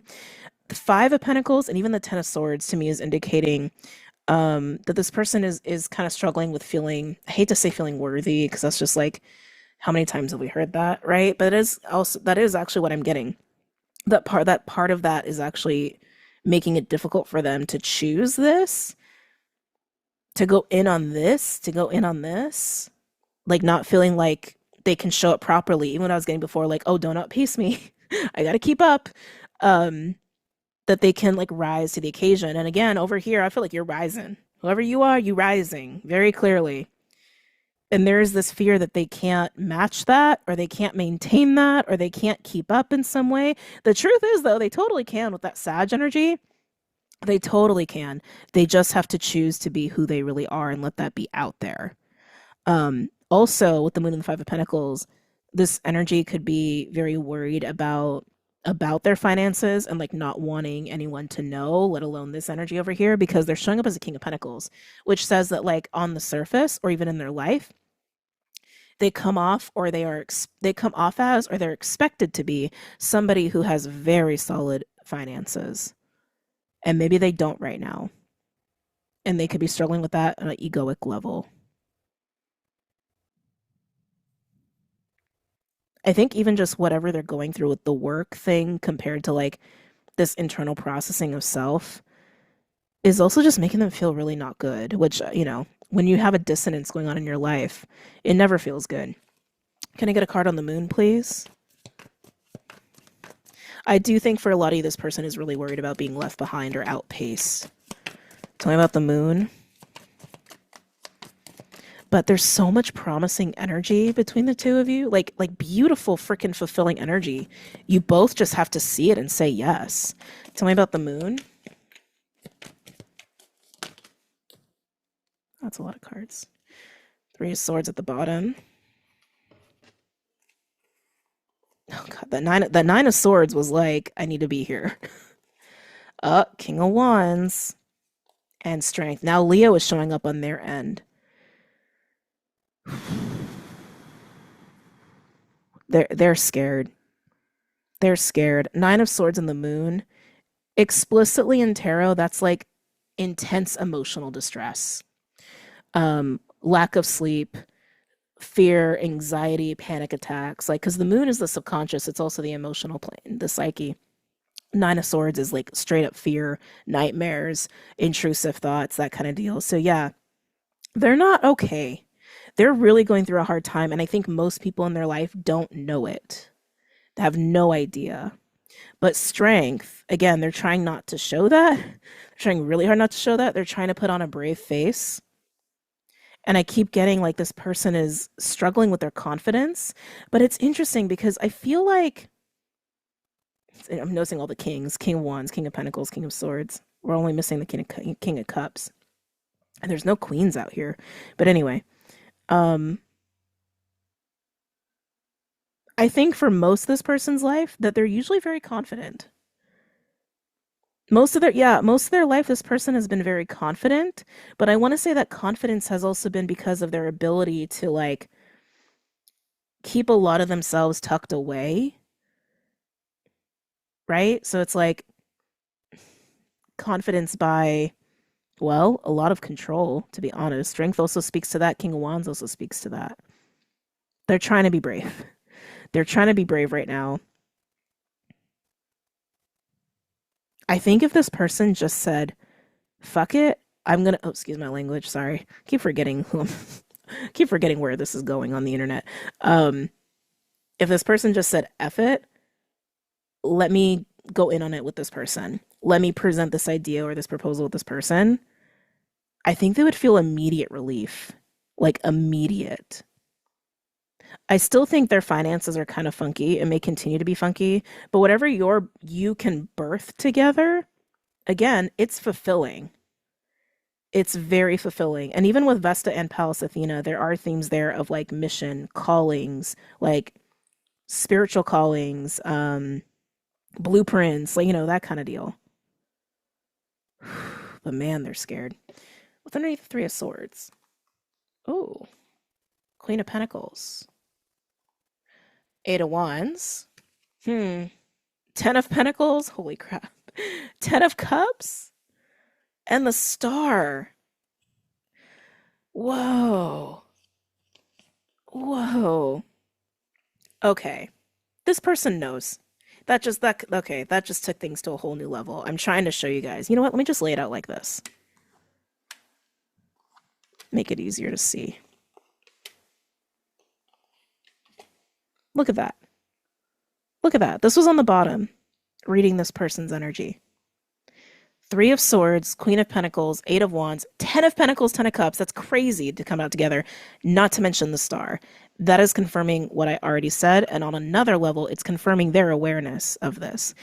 They have awareness that, like, there could be a lot of fulfillment here with whatever you bring about in the world together. Some of you, that could be a business. Some of you, that's bigger. Some of you, that's legacy. With the 10 of Cups, that could also imply family, especially with the Queen of Pentacles. And again, they are the king. That's how they present themselves. The Star, that is the cherry on top of the cake. The Star is wish fulfillment. The Star, to me, is North Nodal energy as well. It could also be healing, hopeful, but it's wish fulfillment. It is fulfillment. Eight of Wands being here is this unstoppable movement towards this. The reason the Three of Swords is here is because of all of their fear. All of their fear and their angst. That's why the Three of Swords is here. Again, for some, this energy is really struggling to believe that they can. Struggling to like believe, okay, I can do this. I can show up. I can have this. This can work out. I can handle it. I can rise to the occasion. Struggling with that, struggling believing that creates this tension, this discomfort, this heartache, this crunchiness of, oh God, if only. Excuse me. Wow.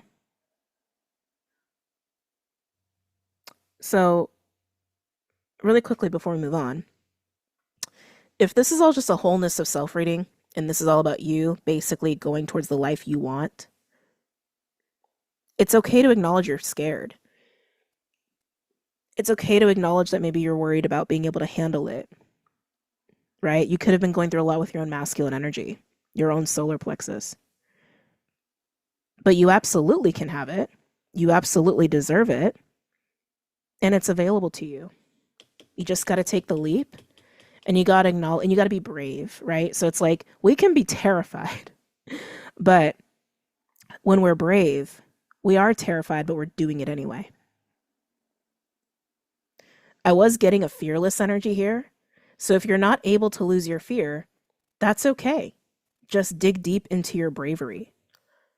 Dig deep into your strength. And if this is about you and another person, this energy over here, they need to acknowledge that they're scared. they need to acknowledge that they're struggling to feel that they deserve this or that they can handle it. And once they do, if they take that leap of just like, I just gotta try. I just gotta go for it. I just gotta say this. I just gotta initiate whatever. It has the potential to really work out in a very beautiful way. I mean, this like 10 of Pentacles, 10 of Cups, and the Star, that's like jackpot. That's jackpot of happy, wish fulfillment, materially stable, and surrounded in happy, loving energy. And with the Eight of Wands, in a way that is inevitable, like pursuing it and not relenting on the confidence, it's going to happen. Amazing. All right, let's move on to the third group here. If this is where we depart, I hope you enjoyed this reading, and I hope you have a great night, and I'll see y'all later. Take care. Group 3. You would not believe the interruptions that have taken place. You can see I'm wearing something completely different that have taken place between the last group and your group. So I feel like that may be a big theme here. Excuse me, with this particular sacred bond. It's literally been like 2 hours of interruptions before I could even get to you. And again, this could be a theme between the two of you. Now, when I was getting your things together for your group, I did shuffle the cards for group 2 and group 3 to get cards that represent these particular bonds at this time. And when the moon card came out, I was like, oh. It's like, oh, that's going to be a very interesting group. And then I saw a black stone. And I was like, okay, let me like go into my bag of crystals that I use only for readings. I try to keep some separation there. And I wasn't getting the black stone that I wanted, but I did see the Tektite. And I was like, okay, that feels good. Not quite what I wanted for your group. I wanted something kind of onyx-like. And so there may be something about that too, of like maybe not getting exactly what you want, or feeling like you're having to settle in some way, whether within this bond or connection or within your own life at this time. But it's interesting because Tektite versus onyx, they're very different. Tektite is otherworldly. And onyx is great. Who doesn't love onyx? Who doesn't love a nice power stone? You know, I feel like onyx is good for empowerment and protection. Tektite is actually more for connecting to higher frequencies. So it's interesting because I feel like I'm already getting a message here for you guys. One of you may feel like you're settling in your life, may feel like you're not getting exactly what you wanted, but oh, you're getting something so much better, so much more magical, or something is working out in a much more magical way than you even realize is how this feels. Oh, thank you. This may even be about yourself, that you're actually much more special. Oh, I'm so sorry, guys. Give me a second.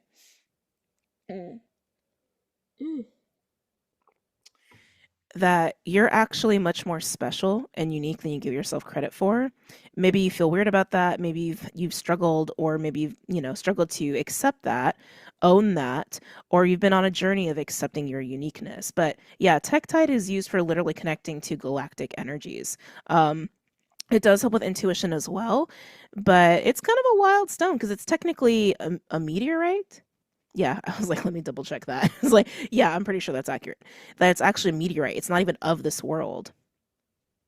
That feels like it needs to be said again. It's not even of this world. If I get it to focus, I may fuck up the camera, but that's okay. We're going to try anyway. Yeah, so Tektite. And there's various forms of Tektite. This is the most common one. You're still special, though. This is the most common Tektite. There's like, there's yellow Tektite. Oh, geez, it ran away. Hold on. But still very special and very unique. Now, this other stone, Herkimer diamond. Herkimer diamond is amazing for cleansing energy. I actually consider it to be like power washing. Like it power washes energy. It does a deep clean, but it also kind of like charges you up. It amplifies your energy as well. This is an interesting bond. Oh, this is an interesting bond. Excuse me. So take it as you will, but I do feel like these crystals are representing two people in this connection. So much energy moving through me. I'm so sorry, guys. I feel like there's one individual that like almost feels bigger. Not like size wise, although maybe that could be the case too. Like your energy is louder. Your energy is really big. Your energy is really strong. Your energy is really radiant or vibrant or just very light and potent. Like people notice. People notice your energy. People feel your energy. I feel like whoever's resonating as the Herkimer diamond here, um, your energy is loud and has a big impact on people. I actually want to say you transmute energy. Yeah, I want to say you transmute energy. Um, oh, do we have some starseed angelic like beings in this reading? It's kind of giving me that energy, or that vibe, but you two are also very different. So it's like you're the same, but you're very different, and I kind of like it. Actually, the deeper I'm getting into it, I really, really like it. So for my Herkimer Diamond people, um, I feel like you definitely transmute energy. I feel like you can clear energy very easily. You may identify as a healer. You may identify yourself as someone who just shifts the room when you walk into it. I'm also getting to like I'm noticing the faces of this crystal, so we're getting into a little bit of geology lingo. The little faces on the cut here. It's also called cleavage, like when a stone like falls and then it breaks.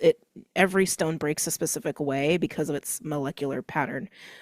It's very interesting stuff. But I'm just noticing all the little sides, which I know is really hard to see. Oh, that's a little bit better. And how it reflects back, reflects light. There's something too about the way you transmute or the way you like radiate energy. I'm struggling with my words. Interesting in this reading. um Words or communication may be a funny thing for one or both of you here, and not just in the way of with each other, but I mean like the way you speak may be very different or just challenging for you. You could even have a speech impediment, not necessarily, but you may struggle with that. But yeah, I feel like you almost like reflect energy too, but it's almost like when it bounces off of you, it's amplified. Like if someone were to throw like negative energy at you, something about you, it flings it right back, but like tenfold. Maybe not tenfold. That feels a little exaggerated, but you understand what I'm saying. But this Tektite energy, you know what? I think you're both otherworldly. I can't shake it. Hold on a second. Clyde, I need you to settle. No, no, no, no, no. I know. I'm sorry, Bubby. He's very not happy with all the packing going on. So he's been acting out a lot. Anyway, um, this Tektite energy, I feel like you're both otherworldly. I feel like both of you. I'm so sorry, guys. Hold on a second. Clyde, Clyde. Oh, back up, back up. I'm going to pause the video. Give me a second. What did I say about the interruptions? Again, interruptions may be a thing in this connection. Like maybe the way that you two connect, it just keeps getting interrupted or delayed. I am getting that actually very strongly. I also want to say your connection is very non-physical. Even if you see each other in the physical, I feel like most of what goes on is non-physical. I'm so sorry, guys. Clyde, Bubs, do you just need to be held? He might just need to be held for a minute. Um, as I say that, he walks away from me. You see what I'm saying as he comes back. I'm so sorry. Let me pause, guys. Let's continue. I feel like most of what goes on between you is very non-physical. I'm trying to get back into this tech type person, and I gotta be honest, there's something about their energy that feels kind of sad and maybe even a little insecure. Um, I feel like, and okay, I want to say this appropriately because it's like I feel like this could be taken the wrong way. So, Herkimer Diamond people, um, you like you don't make this person small, but when they are around you or connecting with you, they can feel small. And I think this person, I'm getting the numbers 4 and 3. Throw 7, might as well throw 7 in there. 7 just kind of crept up on the back end. 3, 4, and 7s, 3s, 4s, 7s may be significant. But anyway, it's not that you make them small. It's just like the way your energy is so loud and clear and so felt and so intense. And the word intense is not a bad word. I was realizing this after I did the last live I did here on YouTube.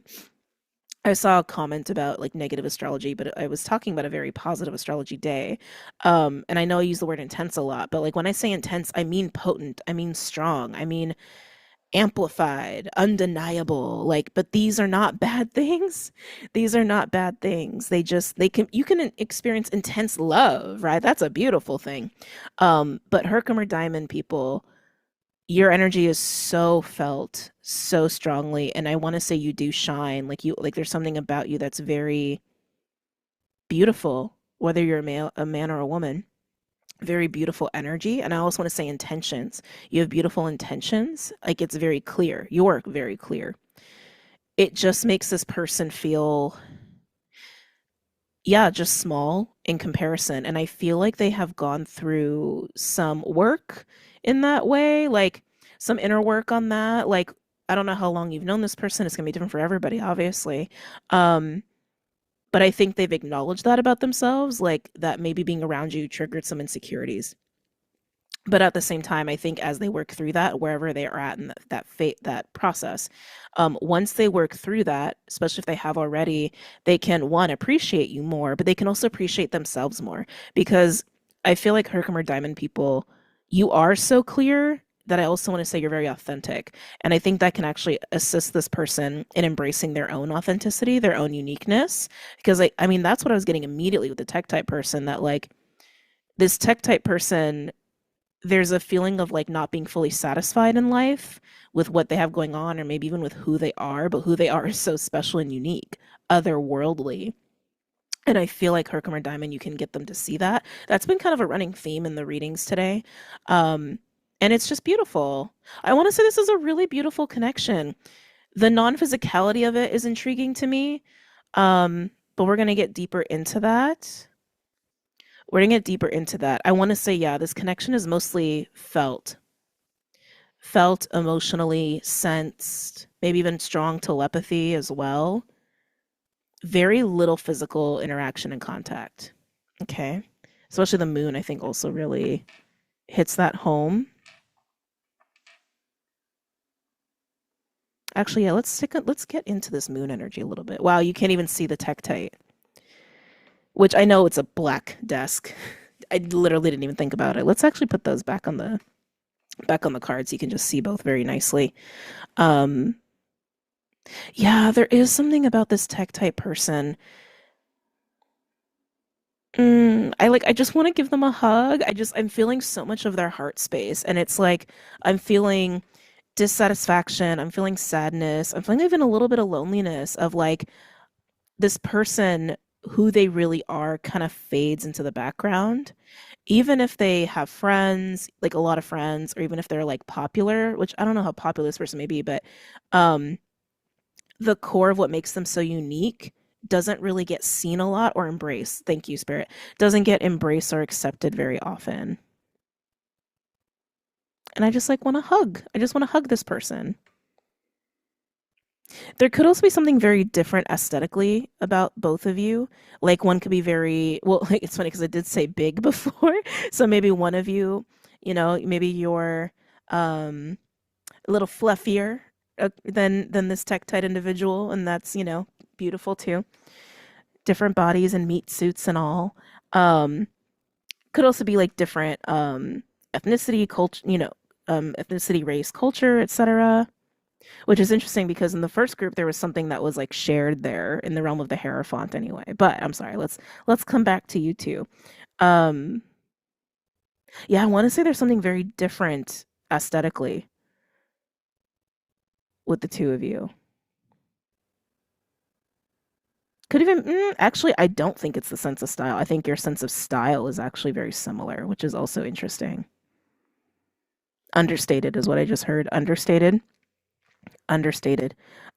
Your both of your sense of styles, okay, Spirit, are understated, but I want to say in a stereotypical way. So, like for example, like maybe both of you dress very comfortable, like just like a t-shirt and like some leggings or something, or just like a pair of workout pants or something like that, but your workout pants may be like bright green or something like that. Like you're not gonna like I don't think you guys are into brands is what I'm getting. Like I don't get brands, I don't get bling. I don't get anything like that. It's like understated with like a splash of something fun or a splash of something a little sparkly, but mostly understated is what I'm getting with the style here, which is really cool. Um,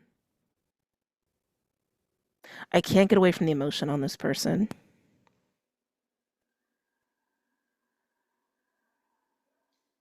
I definitely don't think they voiced it, but it's just their feelings, and I think Herkimer Diamond, I think you would feel that. I think you would sense it. You would sense it. You would sense it. It's interesting too, because I'm almost wondering, even just like with the polarity of the moon itself, right? I'm like looking at the dog and the wolf here. The polarity of the moon, the polarity of these stones. It also makes me wonder if like Herkimer Diamond people, if you actually spend a lot of time working with like light or bringing things to light, and maybe this Tektite individual deals more in the shadow and deals more with like what's hidden beneath and the psyche and the subconscious and all of that stuff. But even as I say that, you can't have one without the other. You just can't. They exist, one exists because the other exists, right? And it's about a balance. Yin and yang, right? We all know this. Um,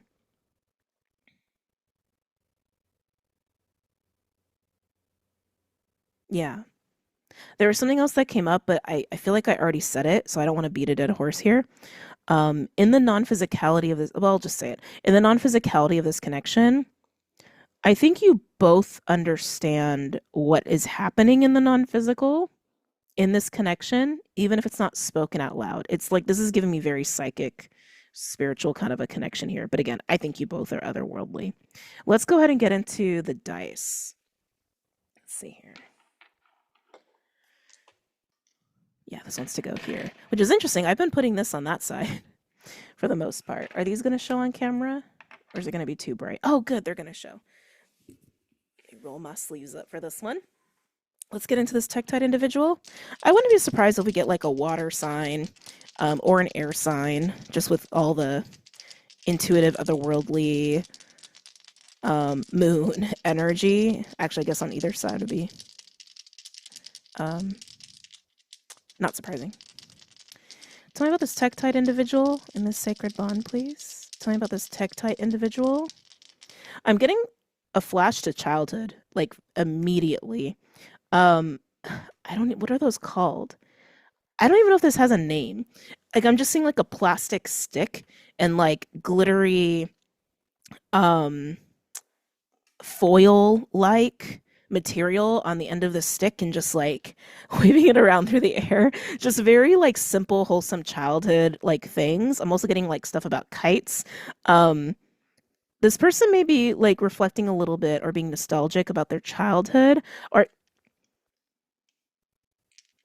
simple pleasures, simple pleasures, simple something about simple pleasures with this person.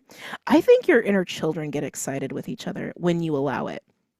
That wants to be said that way. When you allow for that to happen. Okay. Herkimer Diamond, I think you help the Tektite individual not feel so sad.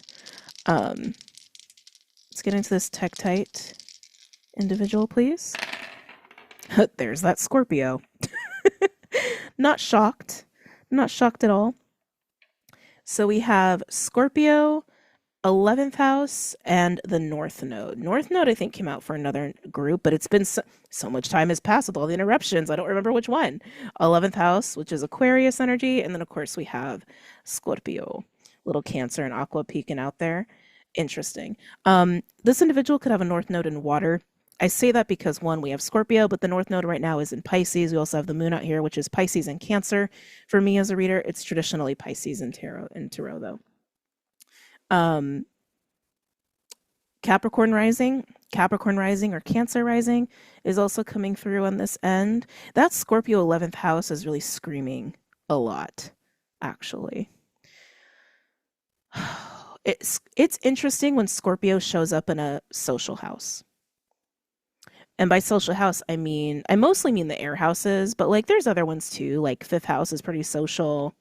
I would say ninth house is very social. Um, sixth house, enemies.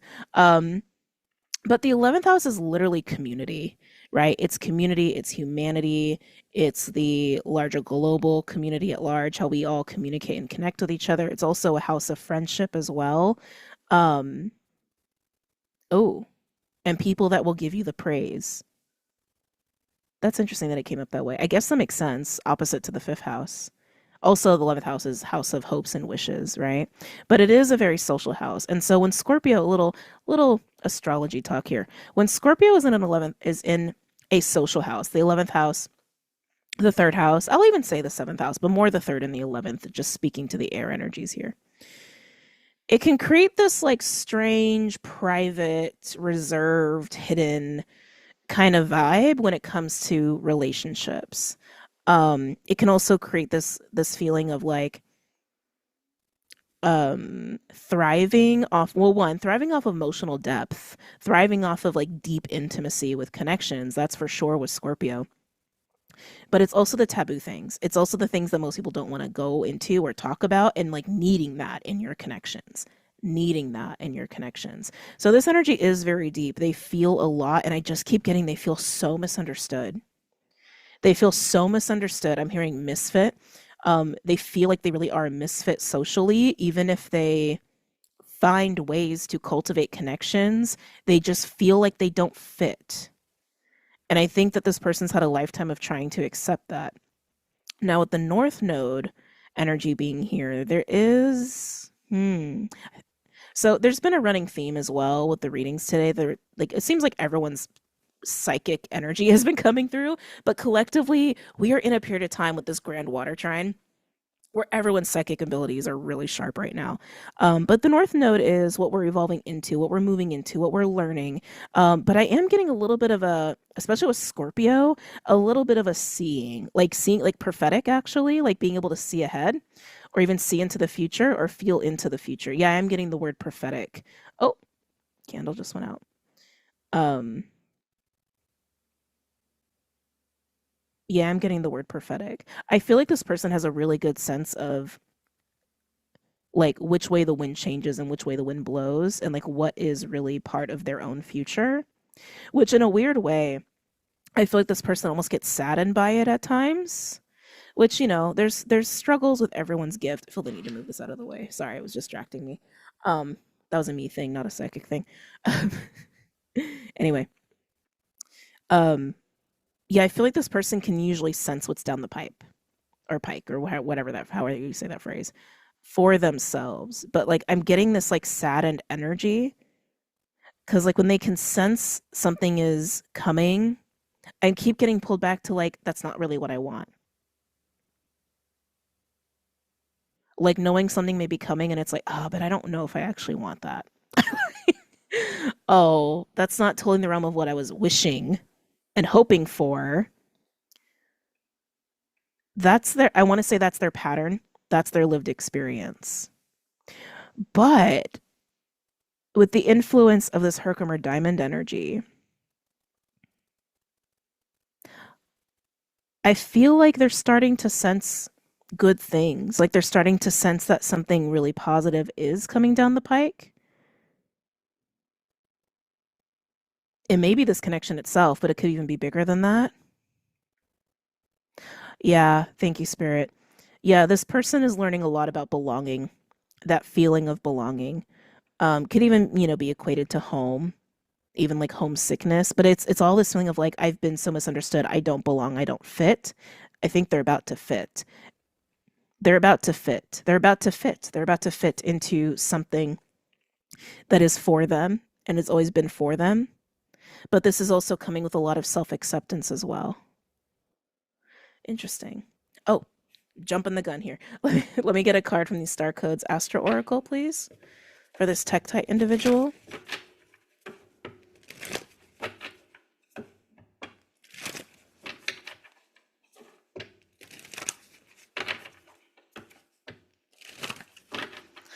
with all the non-physicality of this connection, you two could also be heading into the unknown, actually, is also something that I'm getting here.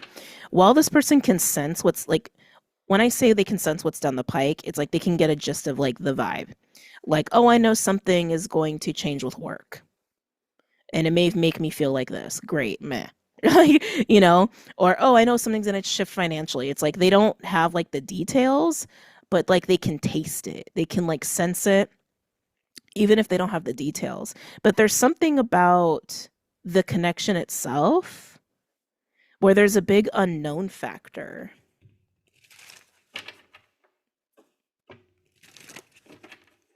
And maybe just in the details, but I do feel that.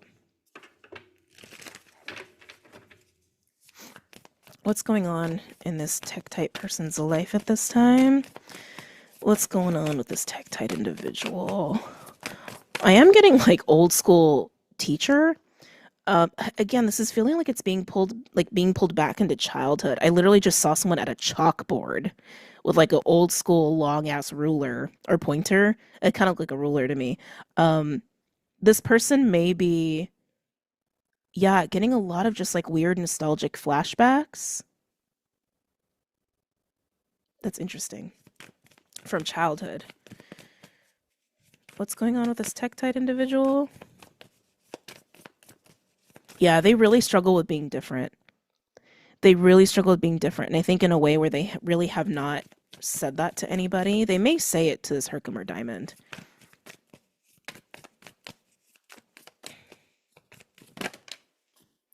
Well, not surprised Pluto is out here. This came out for another group as well. Pluto, Scorpio. Again, not surprised. Also, Pluto right now is in Aquarius. 11th house is the house of Aquarius. So yes, they are psychic. They are prophetic. But with Pluto being here, I keep getting pulled back to like they may like deal a lot with like the shadow, or they may have a strong understanding of the shadow. And I want to say the human psyche, the human condition. That's what wants to be said. The human condition. But what they're going through right now is in this vein of belonging, in this vein of self-acceptance, in all of their uniqueness, no matter how weird they are. And there are a lot of communities, I want to say like ours in particular, where we like weirdos because we're weirdos, right? I feel like this person has a really interesting view as well into what is that? I think it's just about their own beliefs, their own spiritual beliefs, maybe very different or very unique compared to most people they meet. I want to say this is a true individual. Like this is a truly unique individual. And I think deep down they know that about themselves, but it's like the loving that part because of what it has. I think they feel robbed. I think they feel robbed of belonging. I think they feel robbed of home. But I don't think they're going to feel that way much longer. I think Pluto is helping them with all of this.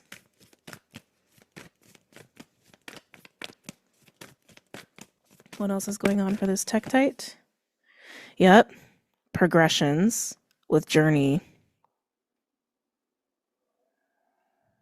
I'm hearing evolution.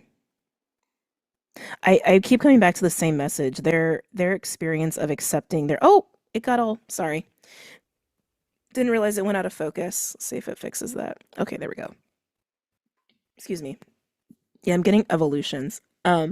Evolution, not evolutions.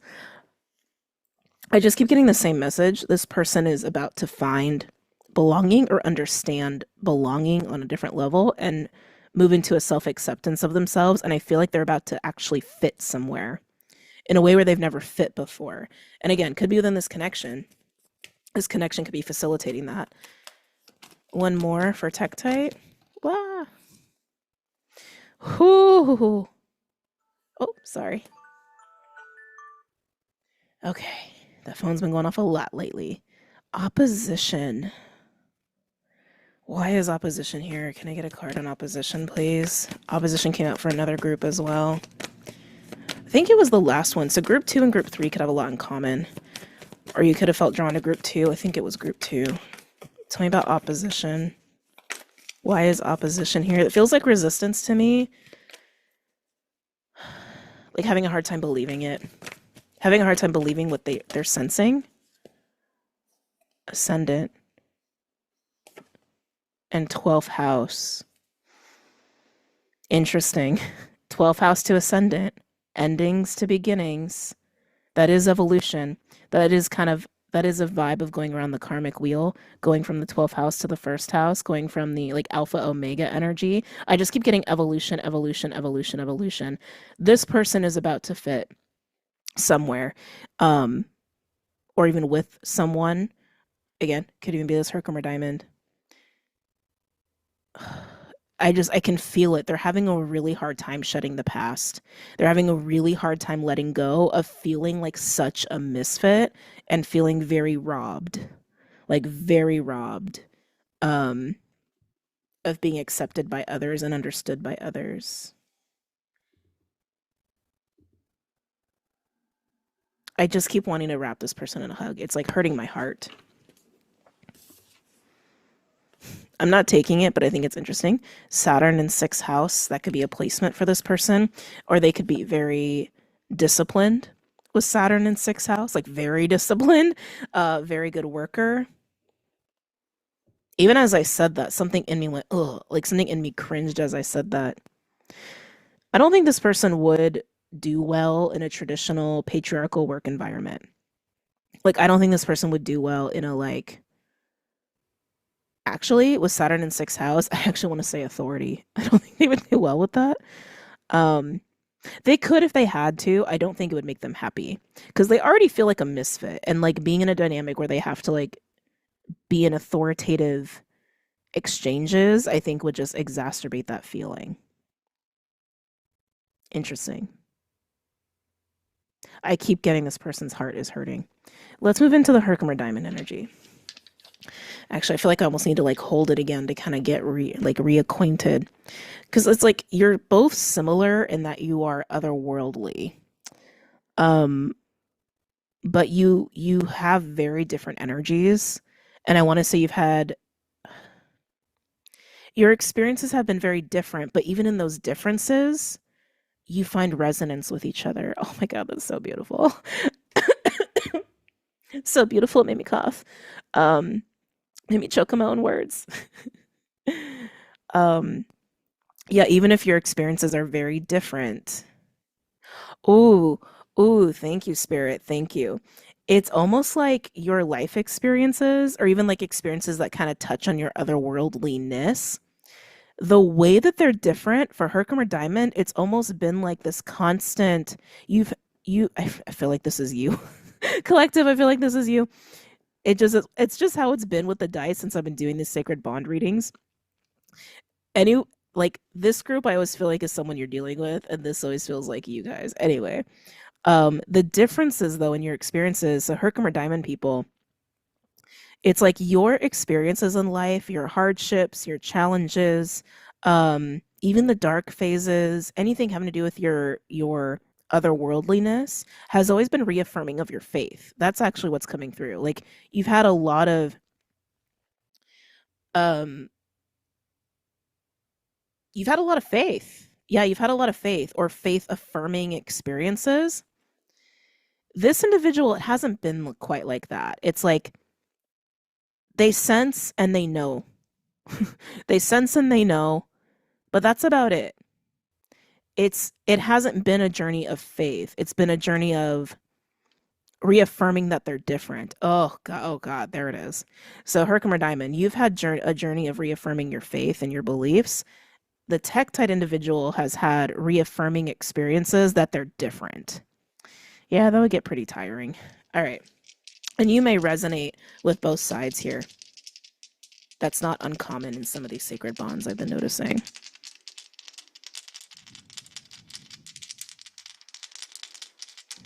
Tell me about this Herkimer Diamond individual. I knew that sixth house energy was coming out. Sixth house has come out in every single reading. I was just sensing it. And I was like, I should say something. And it didn't want to come out. Saturn sixth house. The cards that came out, Saturn sixth house. Ooh, with Aquarius. Actually, no, like that. Okay. I don't like the way they're drawn on the die for Aquarius, the lines. Sorry, it's bugging me. There could be strong Virgo in one of your charts or both of you. I'm feeling very Virgo-like energy. Wow. Wow. So it's interesting because again, I think this energy would not do well in like a Saturnian dynamic. Um where there's like where, I want to say where it's more like a hierarchical thing, like where they have someone over them like a boss or something like that. I don't think they would do well because it would just keep reaffirming how different they are. Um which they clearly are like working through. But you, Herkimer Diamond, I'm just going to say it's you, take it as you will. It's it's interesting. It's not like you're authoritarian. Your energy is just strong. It's just what I keep getting over and over and over. Your energy is just speaks for itself. You're not authoritarian though, even though you have Saturn here. It's more like the weight of your energy, the impact and influence of your energy. With Saturn being here, I feel like it's actually speaking to your transmutative like quality. It's like you're kind of like a ball of intense electricity and light that just like pff, like you may just like blast people or blast spaces. It just may literally be how your energy is, and it's intense. It's like I don't normally equate Saturn to transmutative energy. To me that's more like Pluto, even Mars to an extent. Um but Saturn applies pressure in the same way that Pluto does, except that Saturn, it's more like, I need you to grow. Pluto's like, I need you to dig deep and go down in there, collect what needs to die, and then rise, right? Transmutation or transmuting. Saturn is more like, I'm going to apply some pressure here until you rise to the occasion and grow out of your situation. So your energy may have that impact on people. And the Aquarius energy here, you could be Saturn Aquarius, right? You're if that's the case, if you're Saturn Aquarius, your Saturn return um may have really leveled you up in this way. Thank you. It's when you realize this about yourself. It's when you realize this about yourself, especially if your Saturn is Aquarius. Regardless if it's your first or second Saturn return. I'm also getting too, it's like you have a lot of integrity with sixth house and Saturn being here. So again, it's not like I don't get like you throw your weight around. Like I'm not getting that. I'm not getting that you're bossy. I'm not getting anything like that. I'm just getting like you're a power washer of energy.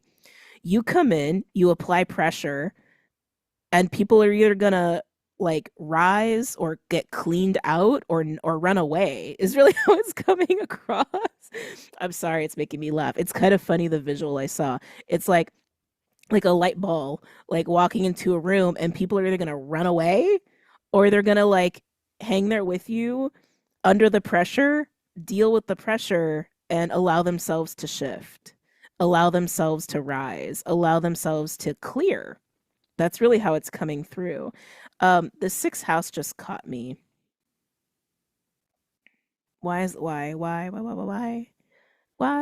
What's going on in the sixth house with this person? Herkimer Diamond people, you could have a stellium. I'm getting stellium energy. You could have a stellium in the sixth house or like Virgo stellium. I only say that because sixth house is Virgo. Um,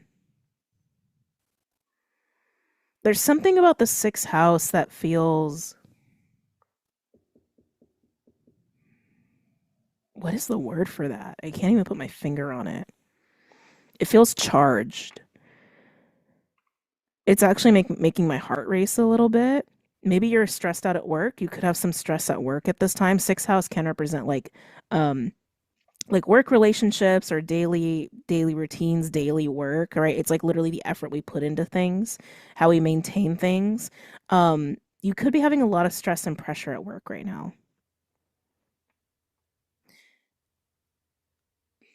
There's something else. I can almost taste it. There's something else. I can't put my finger on it. There may be something between your sixth house with this person's chart as well, like an overlap or a conjunction, or some sort of like activation or something. I'm hearing Venus could have to do with your Venus or their Venus, something with your sixth house and Venus for some of you. Um, you just do shit different. I just heard that. It's actually kind of nice. Herkimer Diamond, you just do shit different. I think this energy really likes that about you. It makes them feel more secure. Yeah, I keep getting it's like how you operate, Herkimer Diamond. It made them feel kind of small and insecure in the beginning, but as they acknowledge that, as they work through that, this person's not running. I'm gonna say it that way. This person's not running away from you. So, Herkimer Diamond, you may be used to people running away or lashing out at your energy, even if you're just sitting there being a light ball or a power washer, an energy power washer. This person isn't running, and you know that. You see that and you sense that. They're chilling, they're hanging out. But again, I'm getting like a lack of physical connection. There could be distance, physical distance between you two, or you could just have a digital connection or a phone connection. But I also think that if there isn't a lot of physical contact, it is actually, I want to say, because of your impact on this person and not in a negative way. I know I'm saying a lot. Hang in there with me. Because they are sitting there under the pressure of your energy. They're sitting there under the pressure of your light, and they're letting it affect them. They're letting it touch them. They're letting it help them evolve. They're allowing that to take place. And when this person gets to a certain point, there may be more physical interactions because they've sat under the pressure of your light in a way where it will eventually mellow out. It will eventually mellow out. And I want to be clear here. It's not that they're like matching your frequency. It's not that they're rising in a way to match your vibration. You're both different for a reason. It's just that it's almost like they need to allow this like pressure washing to happen so that they rise in their own energy. They rise in their own self-acceptance, and then they can probably exchange more physical energy with you. That's how it's coming through. I know there was a lot that wanted to be said there. Ooh, even as I said that, I felt something shift in the bond after I said that. And I do believe too, when we do readings like this, that it does transmute situations, which is always kind of fun to see and feel as a reader. Yeah. Mm-hmm. All right, Herkimer Diamond, let's see what's going on with you. Actually, let's shuffle a little bit more.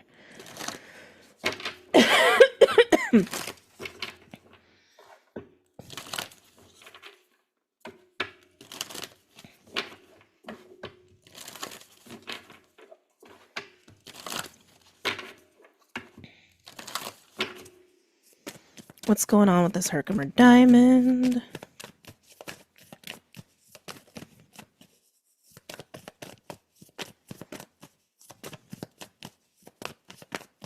What's going on with this Herkimer Diamond?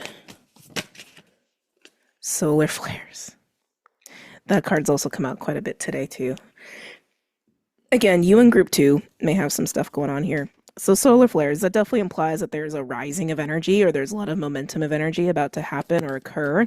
I feel like it's also a testament to the intensity of your energy. Whoa, whoa, whoa, whoa.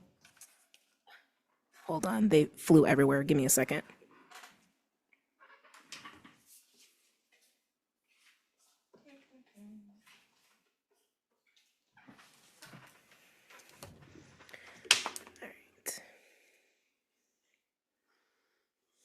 As I talk about the intensity of your energy, and the cards go, whoa.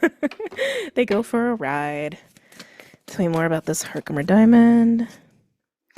Sixth house. So that's been happening a lot today too, I've noticed. Sixth house. We don't have Scorpio here, but Pluto, Scorpio, I kind of chop it up to the same thing.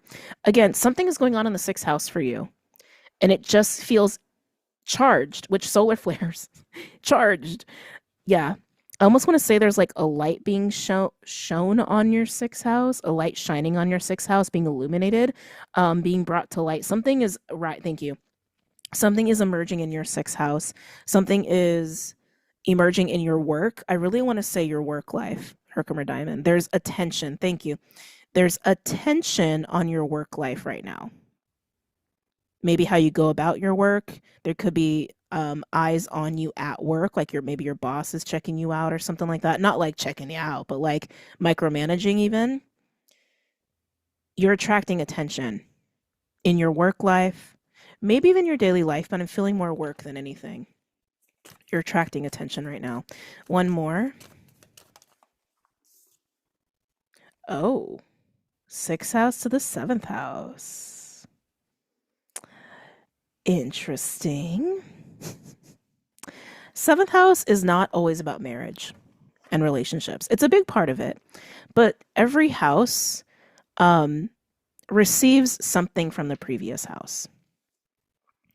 So 7th house receives the results, the consequences, the cause, the effect of the cause in the 6th house. So if there's stuff happening at work for you, the result of whatever's going on in your work life is coming through in the 7th house. That could actually be like a promotion. That could actually be like a bonus at work. Like it could even come off like that. It doesn't have to just be about a relationship. But I want to say, depending on where you're at with this person, I haven't even gotten a vibe of like what your connection even is with each other in the physical, because so much of it is non-physical. Like whatever is going on physically, it's a blimp on the radar compared to all the non-physical stuff.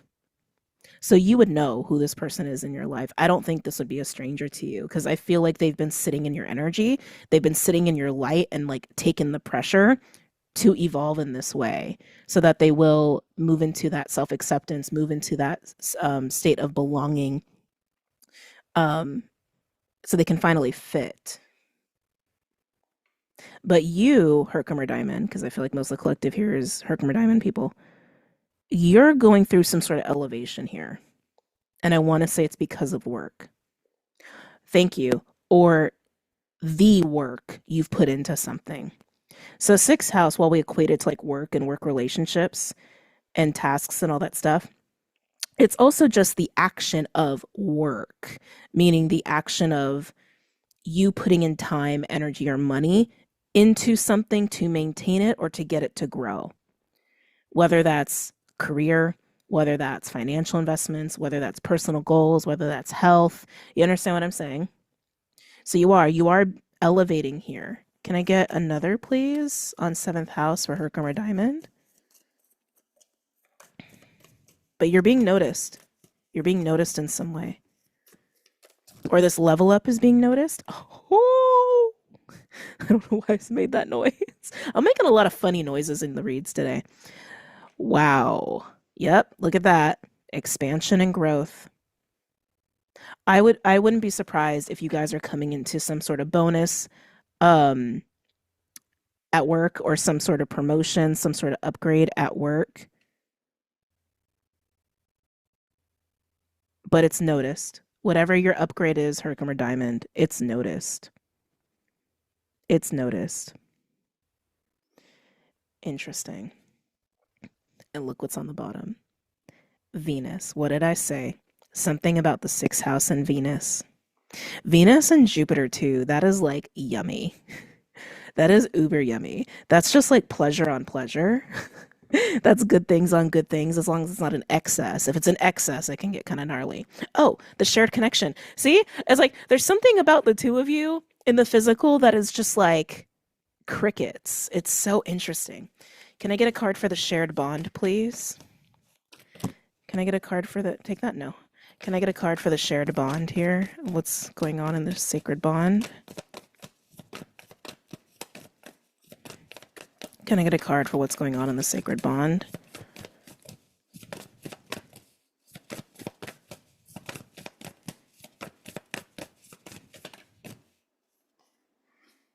Ooh. Ooh, I like that. Series. We still have Venus on the bottom, by the way. Series with nurture is going on in the sacred bond, in the shared bond. That's a beautiful energy to have shared. That's very reciprocal. That's, I take care of you, you take care of me. I nourish you, you nourish me. It's giving me like 6 of Cups, 6 of Pentacles. But again, it feels very non-physical. It's the way that your essences are with each other. Because again, you're both different. You both have had very different experiences. You both have very different energy, but you're both special. You're both really unique. You're both really otherworldly. And just having that alone in common, it's like you both can see and support each other in those differences. You're it's also giving me just like major aqua vibes too, right? That's like so Aquarian. Like we honor each other's differences and we still show up and understand each other in the differences. And that's very nourishing to both of you. Can I get one more, please?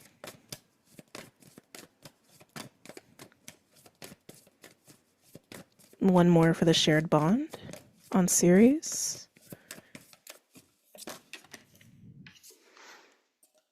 11th house. What did I say? Aquarian. Oh, there's a lot here. Hold on a second. Ooh, I kind of like that. So we have 11th house on series. That's just kind of confirming what I was already getting. Oh my God, look at the polarity too. The dark and the light, right? Oh, and the kind of invisible third hand. Yeah, you both have an understanding of each other because you both are so different, and you appreciate that you're both different, and you learn from each other because you're both different, and you can hold each other because you're both different. And then we have this transits in third house, 555, 55, and 41 breaking down to a 5. So it could be a tower moment in this bond as well. But third house with communication and transits to me is just a card of change and evolution and natural progression, which that was also kind of coming through on this person's side as well. The way that you interact with each other is shifting. It is shifting. Um, it still feels very more like it feels still feels very much in the realm of like telepathy and just like feeling each other's energy and feeling this sense of comfort and understanding. Yeah, like if you guys like talk online or what have you can just feel their energy even if you don't see their face, and I want to say it's very reciprocal. Like they can feel you even though they can't see your face. And that alone feels nourishing.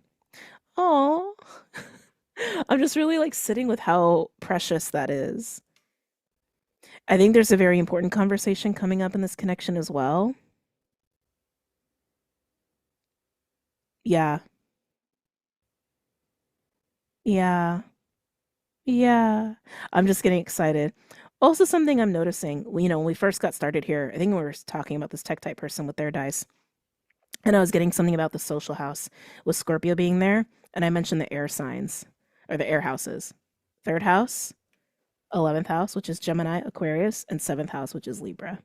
Just confirming that that's a thing here in this bond, at least for one of you. That the way the social energy is in at least one of your lives, and maybe even both of yours, and again, maybe this is like a spot of understanding or a source of connection for you two, um, is that socially there is this requirement for authenticity and truth, whether that's through Aquarius or through Scorpio or those influences. And also because you're both so unique. Interesting. Okay. Let's pull some cards. Let's pull some tarot here. I'm just going to read for the shared connection of what's going on in the shared connection. Wow. God, I can't believe it's 8:30. Crazy. Sorry, I just got a lot to do.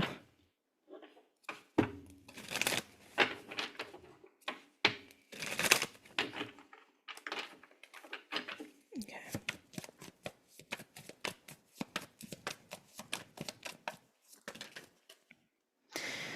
Death. Yeah, a lot of Scorpio going on here. Death coming in as the first card.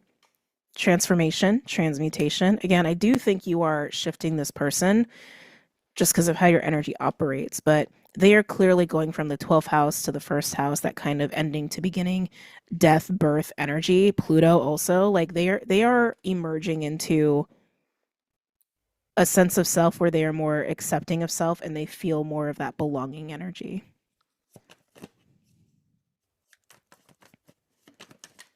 Yeah, look at that. I love that confirmation too. the sun. So we have Scorpio and Leo coming out here. Strong fixed energy. Of course, Aqua was also a big one too. But there's a lot of energies going on here, a lot of signs on here. But this is the epitome of death and birth. Literally, death and the sun representing life itself and birth. Okay. So we knew that with this person. We knew that. Can I get another card, please? It's bothering me. Okay.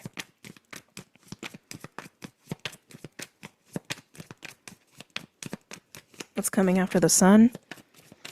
For the sacred bond, for the collective's highest good? Seven of Cups. Ooh. Why does that make me excited? So Seven of Cups can be a card of fantasy. It can be a card of daydreaming. It can even be, well, Six of Cups is more butterflies than the seven. Seven of Cups can also be options and possibilities, but it's dreamy. And normally I would say there's more like illusion and confusion when this card it comes out, but next to the sun, it's being seen clearly, which tells me that it's not about illusion. It's actually about hope and desire and wants and daring to dream. And daring to dream. Could also imply some psychic energy as well. It is Scorpio energy. A lot of Scorpio energy here. What's coming after the Seven of Cups? And this is happening as the emergence happens. I'm also noticing too the sun and the moon, that polarity again. Polarity is a big thing here in this connection. Or getting into this rebirth and this renewed energy of like self-acceptance and belonging and all that stuff. What's being met in truth, in illumination, is the Seven of Cups. So it's telling me it's a positive Seven of Cups. That it's supporting the situation, not hindering it. What's coming with the Seven of Cups here in this connection? What's coming with the Seven of Cups in this connection? Yeah, it feels like the hope for possibilities is what it's feeling like. I'm trying not to cast my shadow on the cards too much. Oh, there we go. I just gotta lean back. Let me move the microphone. Oh, there we go. That's a lot better. What's coming after the Seven of Cups? For this sacred bond, what's coming after the Seven of Cups?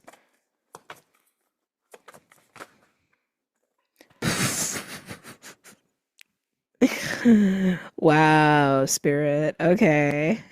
Moon on the moon. You gotta admit, that's funny. Not to mention the sun and the moon with the Seven of Cups in between. I feel like this is just really highlighting the psychicness of this entire connection, the non-physicality of this connection. And I want to say, actually, we haven't spoken about a lot of emotions outside of this Tektite individual, but I do want to say there is a lot of emotions here. Even on the table, it's not really shown.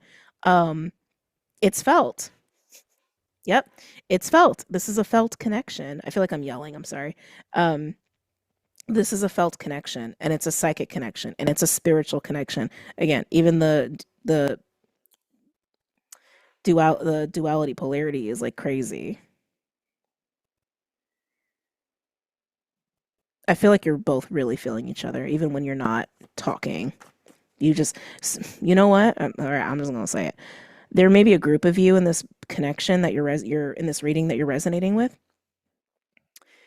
You just feel each other all the time, like 24/7. And I want to stress this, not in a way that's toxic, not in a way that's like obsessive. Even if there was a phase of that, I feel like it's much more grounded than that. Like it's just this underlying hum. It's like just this underlying frequency of, oh, yep, that's them. Oh, yep, there's Tektite. Oh, yeah, there's Herkimer Diamond. Like a constant awareness of each other. It's interesting. What's coming after the moon? What's coming after the moon?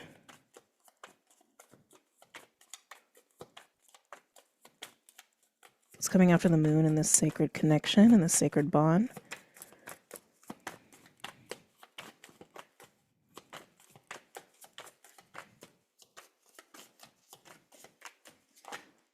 about to say elusive, are we? We have two cards. We have the Eight of Wands. And we have the Hermit.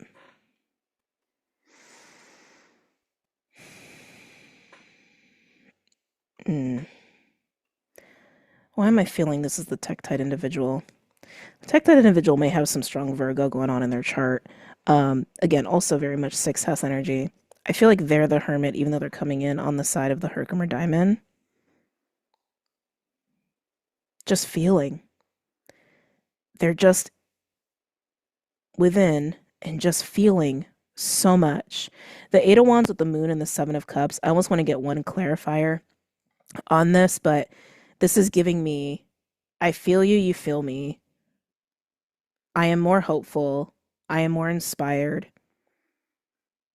And there's with the Eight of Wands, there's also this feeling of take off a little bit, like something's trying to grow, expand even within what's being felt and what's being experienced. I want to say psychically, non-physically. I keep getting so much on the soul level. Like almost like a constant back and forth. Thank you, Spirit. Yeah, there's a constant back and forth happening between you two. Knight of Cups is at the bottom. Can I get one clarifier on the Moon, Seven of Cups, and the Eight of Wands on this connection? And then I want to get one more. Wow. Four of Pentacles and the World. Sometimes Four of Pentacles is my closed heart chakra card. I'm not feeling that here. I'm actually feeling power. Four of Pentacles can also be holding, like holding on to money and resources. I'm also not feeling that. I'm just feeling stable. Stability. Like an anchor. Almost like, you know what? Oh, that's interesting. I've never seen it that way. Oh my God, that makes so much sense. That makes so much sense. Sorry, I'm just having a tarot epiphany.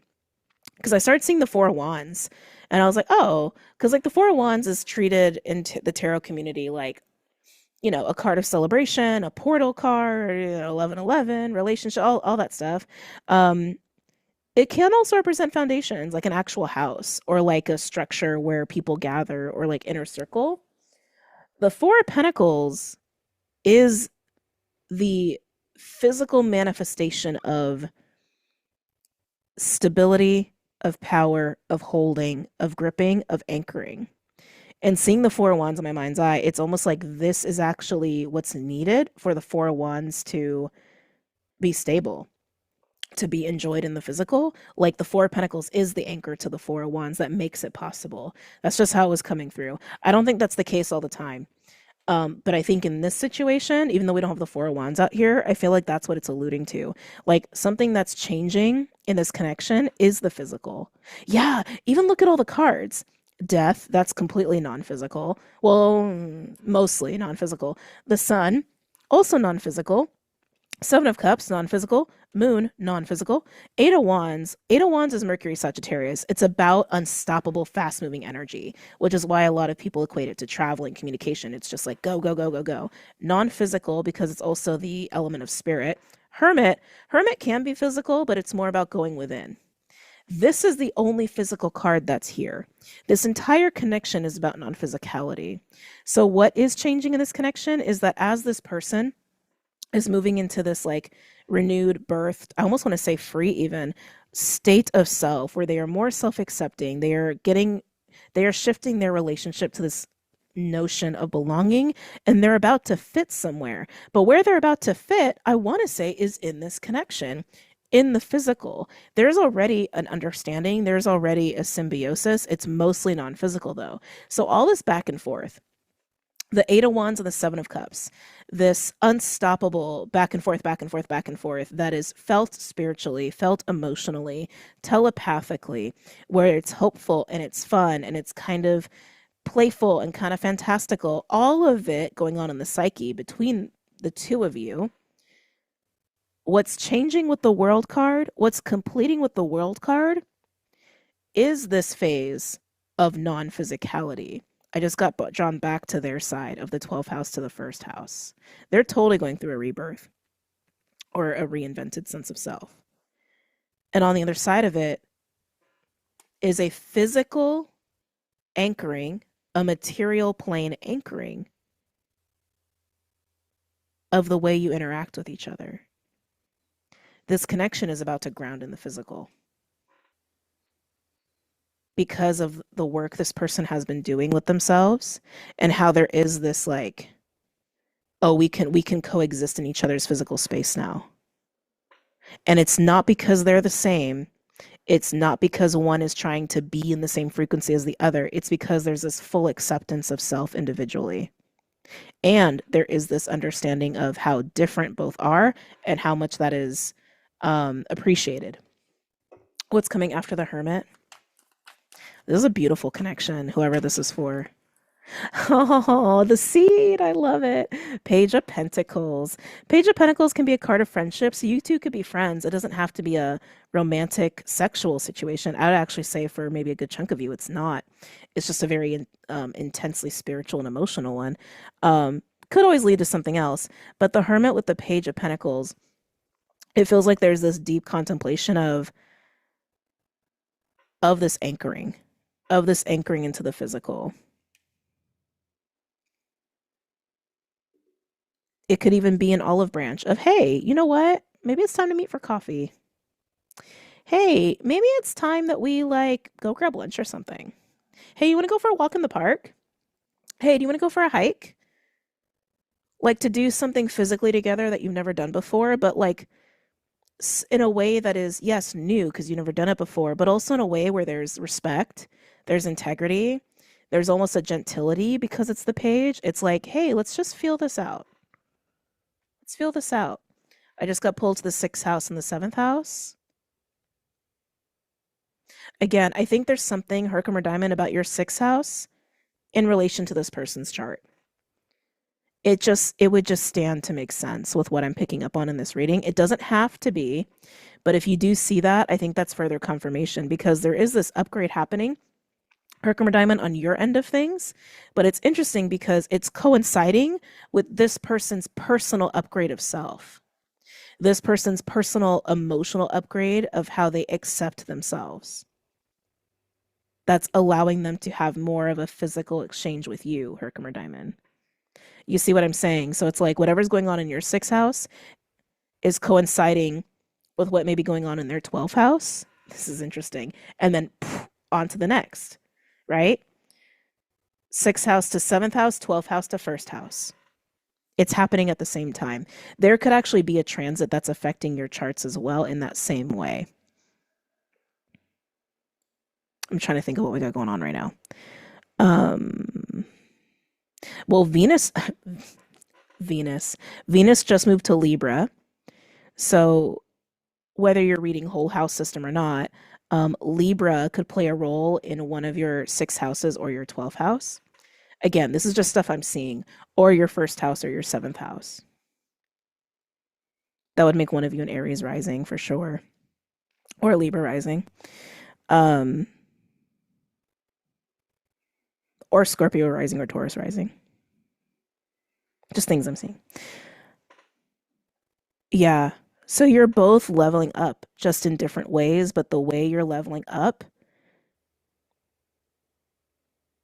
it's allowing both of you to ground this in the physical. And that is just so beautiful and so cool. I can't stop seeing the Knight of Cups at the bottom, by the way. Oh, oh.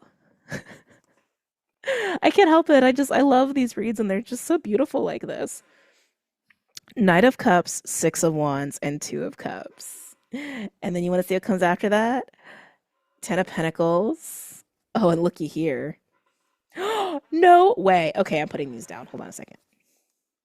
Knight of Cups, 6 of Wands, 2 of Cups, 10 of Pentacles. Already, this is like pursuing for the long term, right?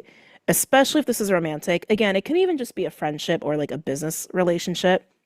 But the 10 of Pentacles is legacy. It's like, let's build something for the long term. Knight of Cups is pursuing from the heart space. Pursuing from the heart space. Or even taking intuitive action on this and feeling very victorious in doing so. Like, yeah, this is going to work out for the better. And then look. Emperor, And the Empress. Oh, wait, it gets better. And the Chariot. Chariot can be a card of movement, physical movement, but the Chariot is also a card of rising up, leveling up. It is also a card of ascension. This is freaking amazing. I like all of the reads today for this like sacred bond reading have made me have just like filled my heart with so much joy. Um wow, underneath the Chariot, it just keeps going, man. King of Pentacles, the Star. Oh my God, this is like blowing wide open. The Lovers, Wheel. Oh my God, Wheel of Fortune. What? King of Cups. I could keep going, but like we don't need to. We know this is amazing. Okay. Whoever this is for, congratulations, because this is like so freaking beautiful. I also want to say you've been very patient, like very, very patient for a lot of you here. This feels like it's not a quick process. This feels like it's taken some time to get here. Wow. Just wow. Wow. So get ready. Get ready for either a rebirthing here of yourself or a full emerging into this belonging and self acceptance if you're this Tektite. Herkimer Diamond, get ready for some sort of crazy level up in your most likely your work life, most likely your work life. And maybe even with this connection, right? And a testament to how much like patience or work that there's been here. But mostly, no matter who you are in this connection, get ready for this to become a lot more physical, a lot more real, a lot more tangible. Emperor, Empress,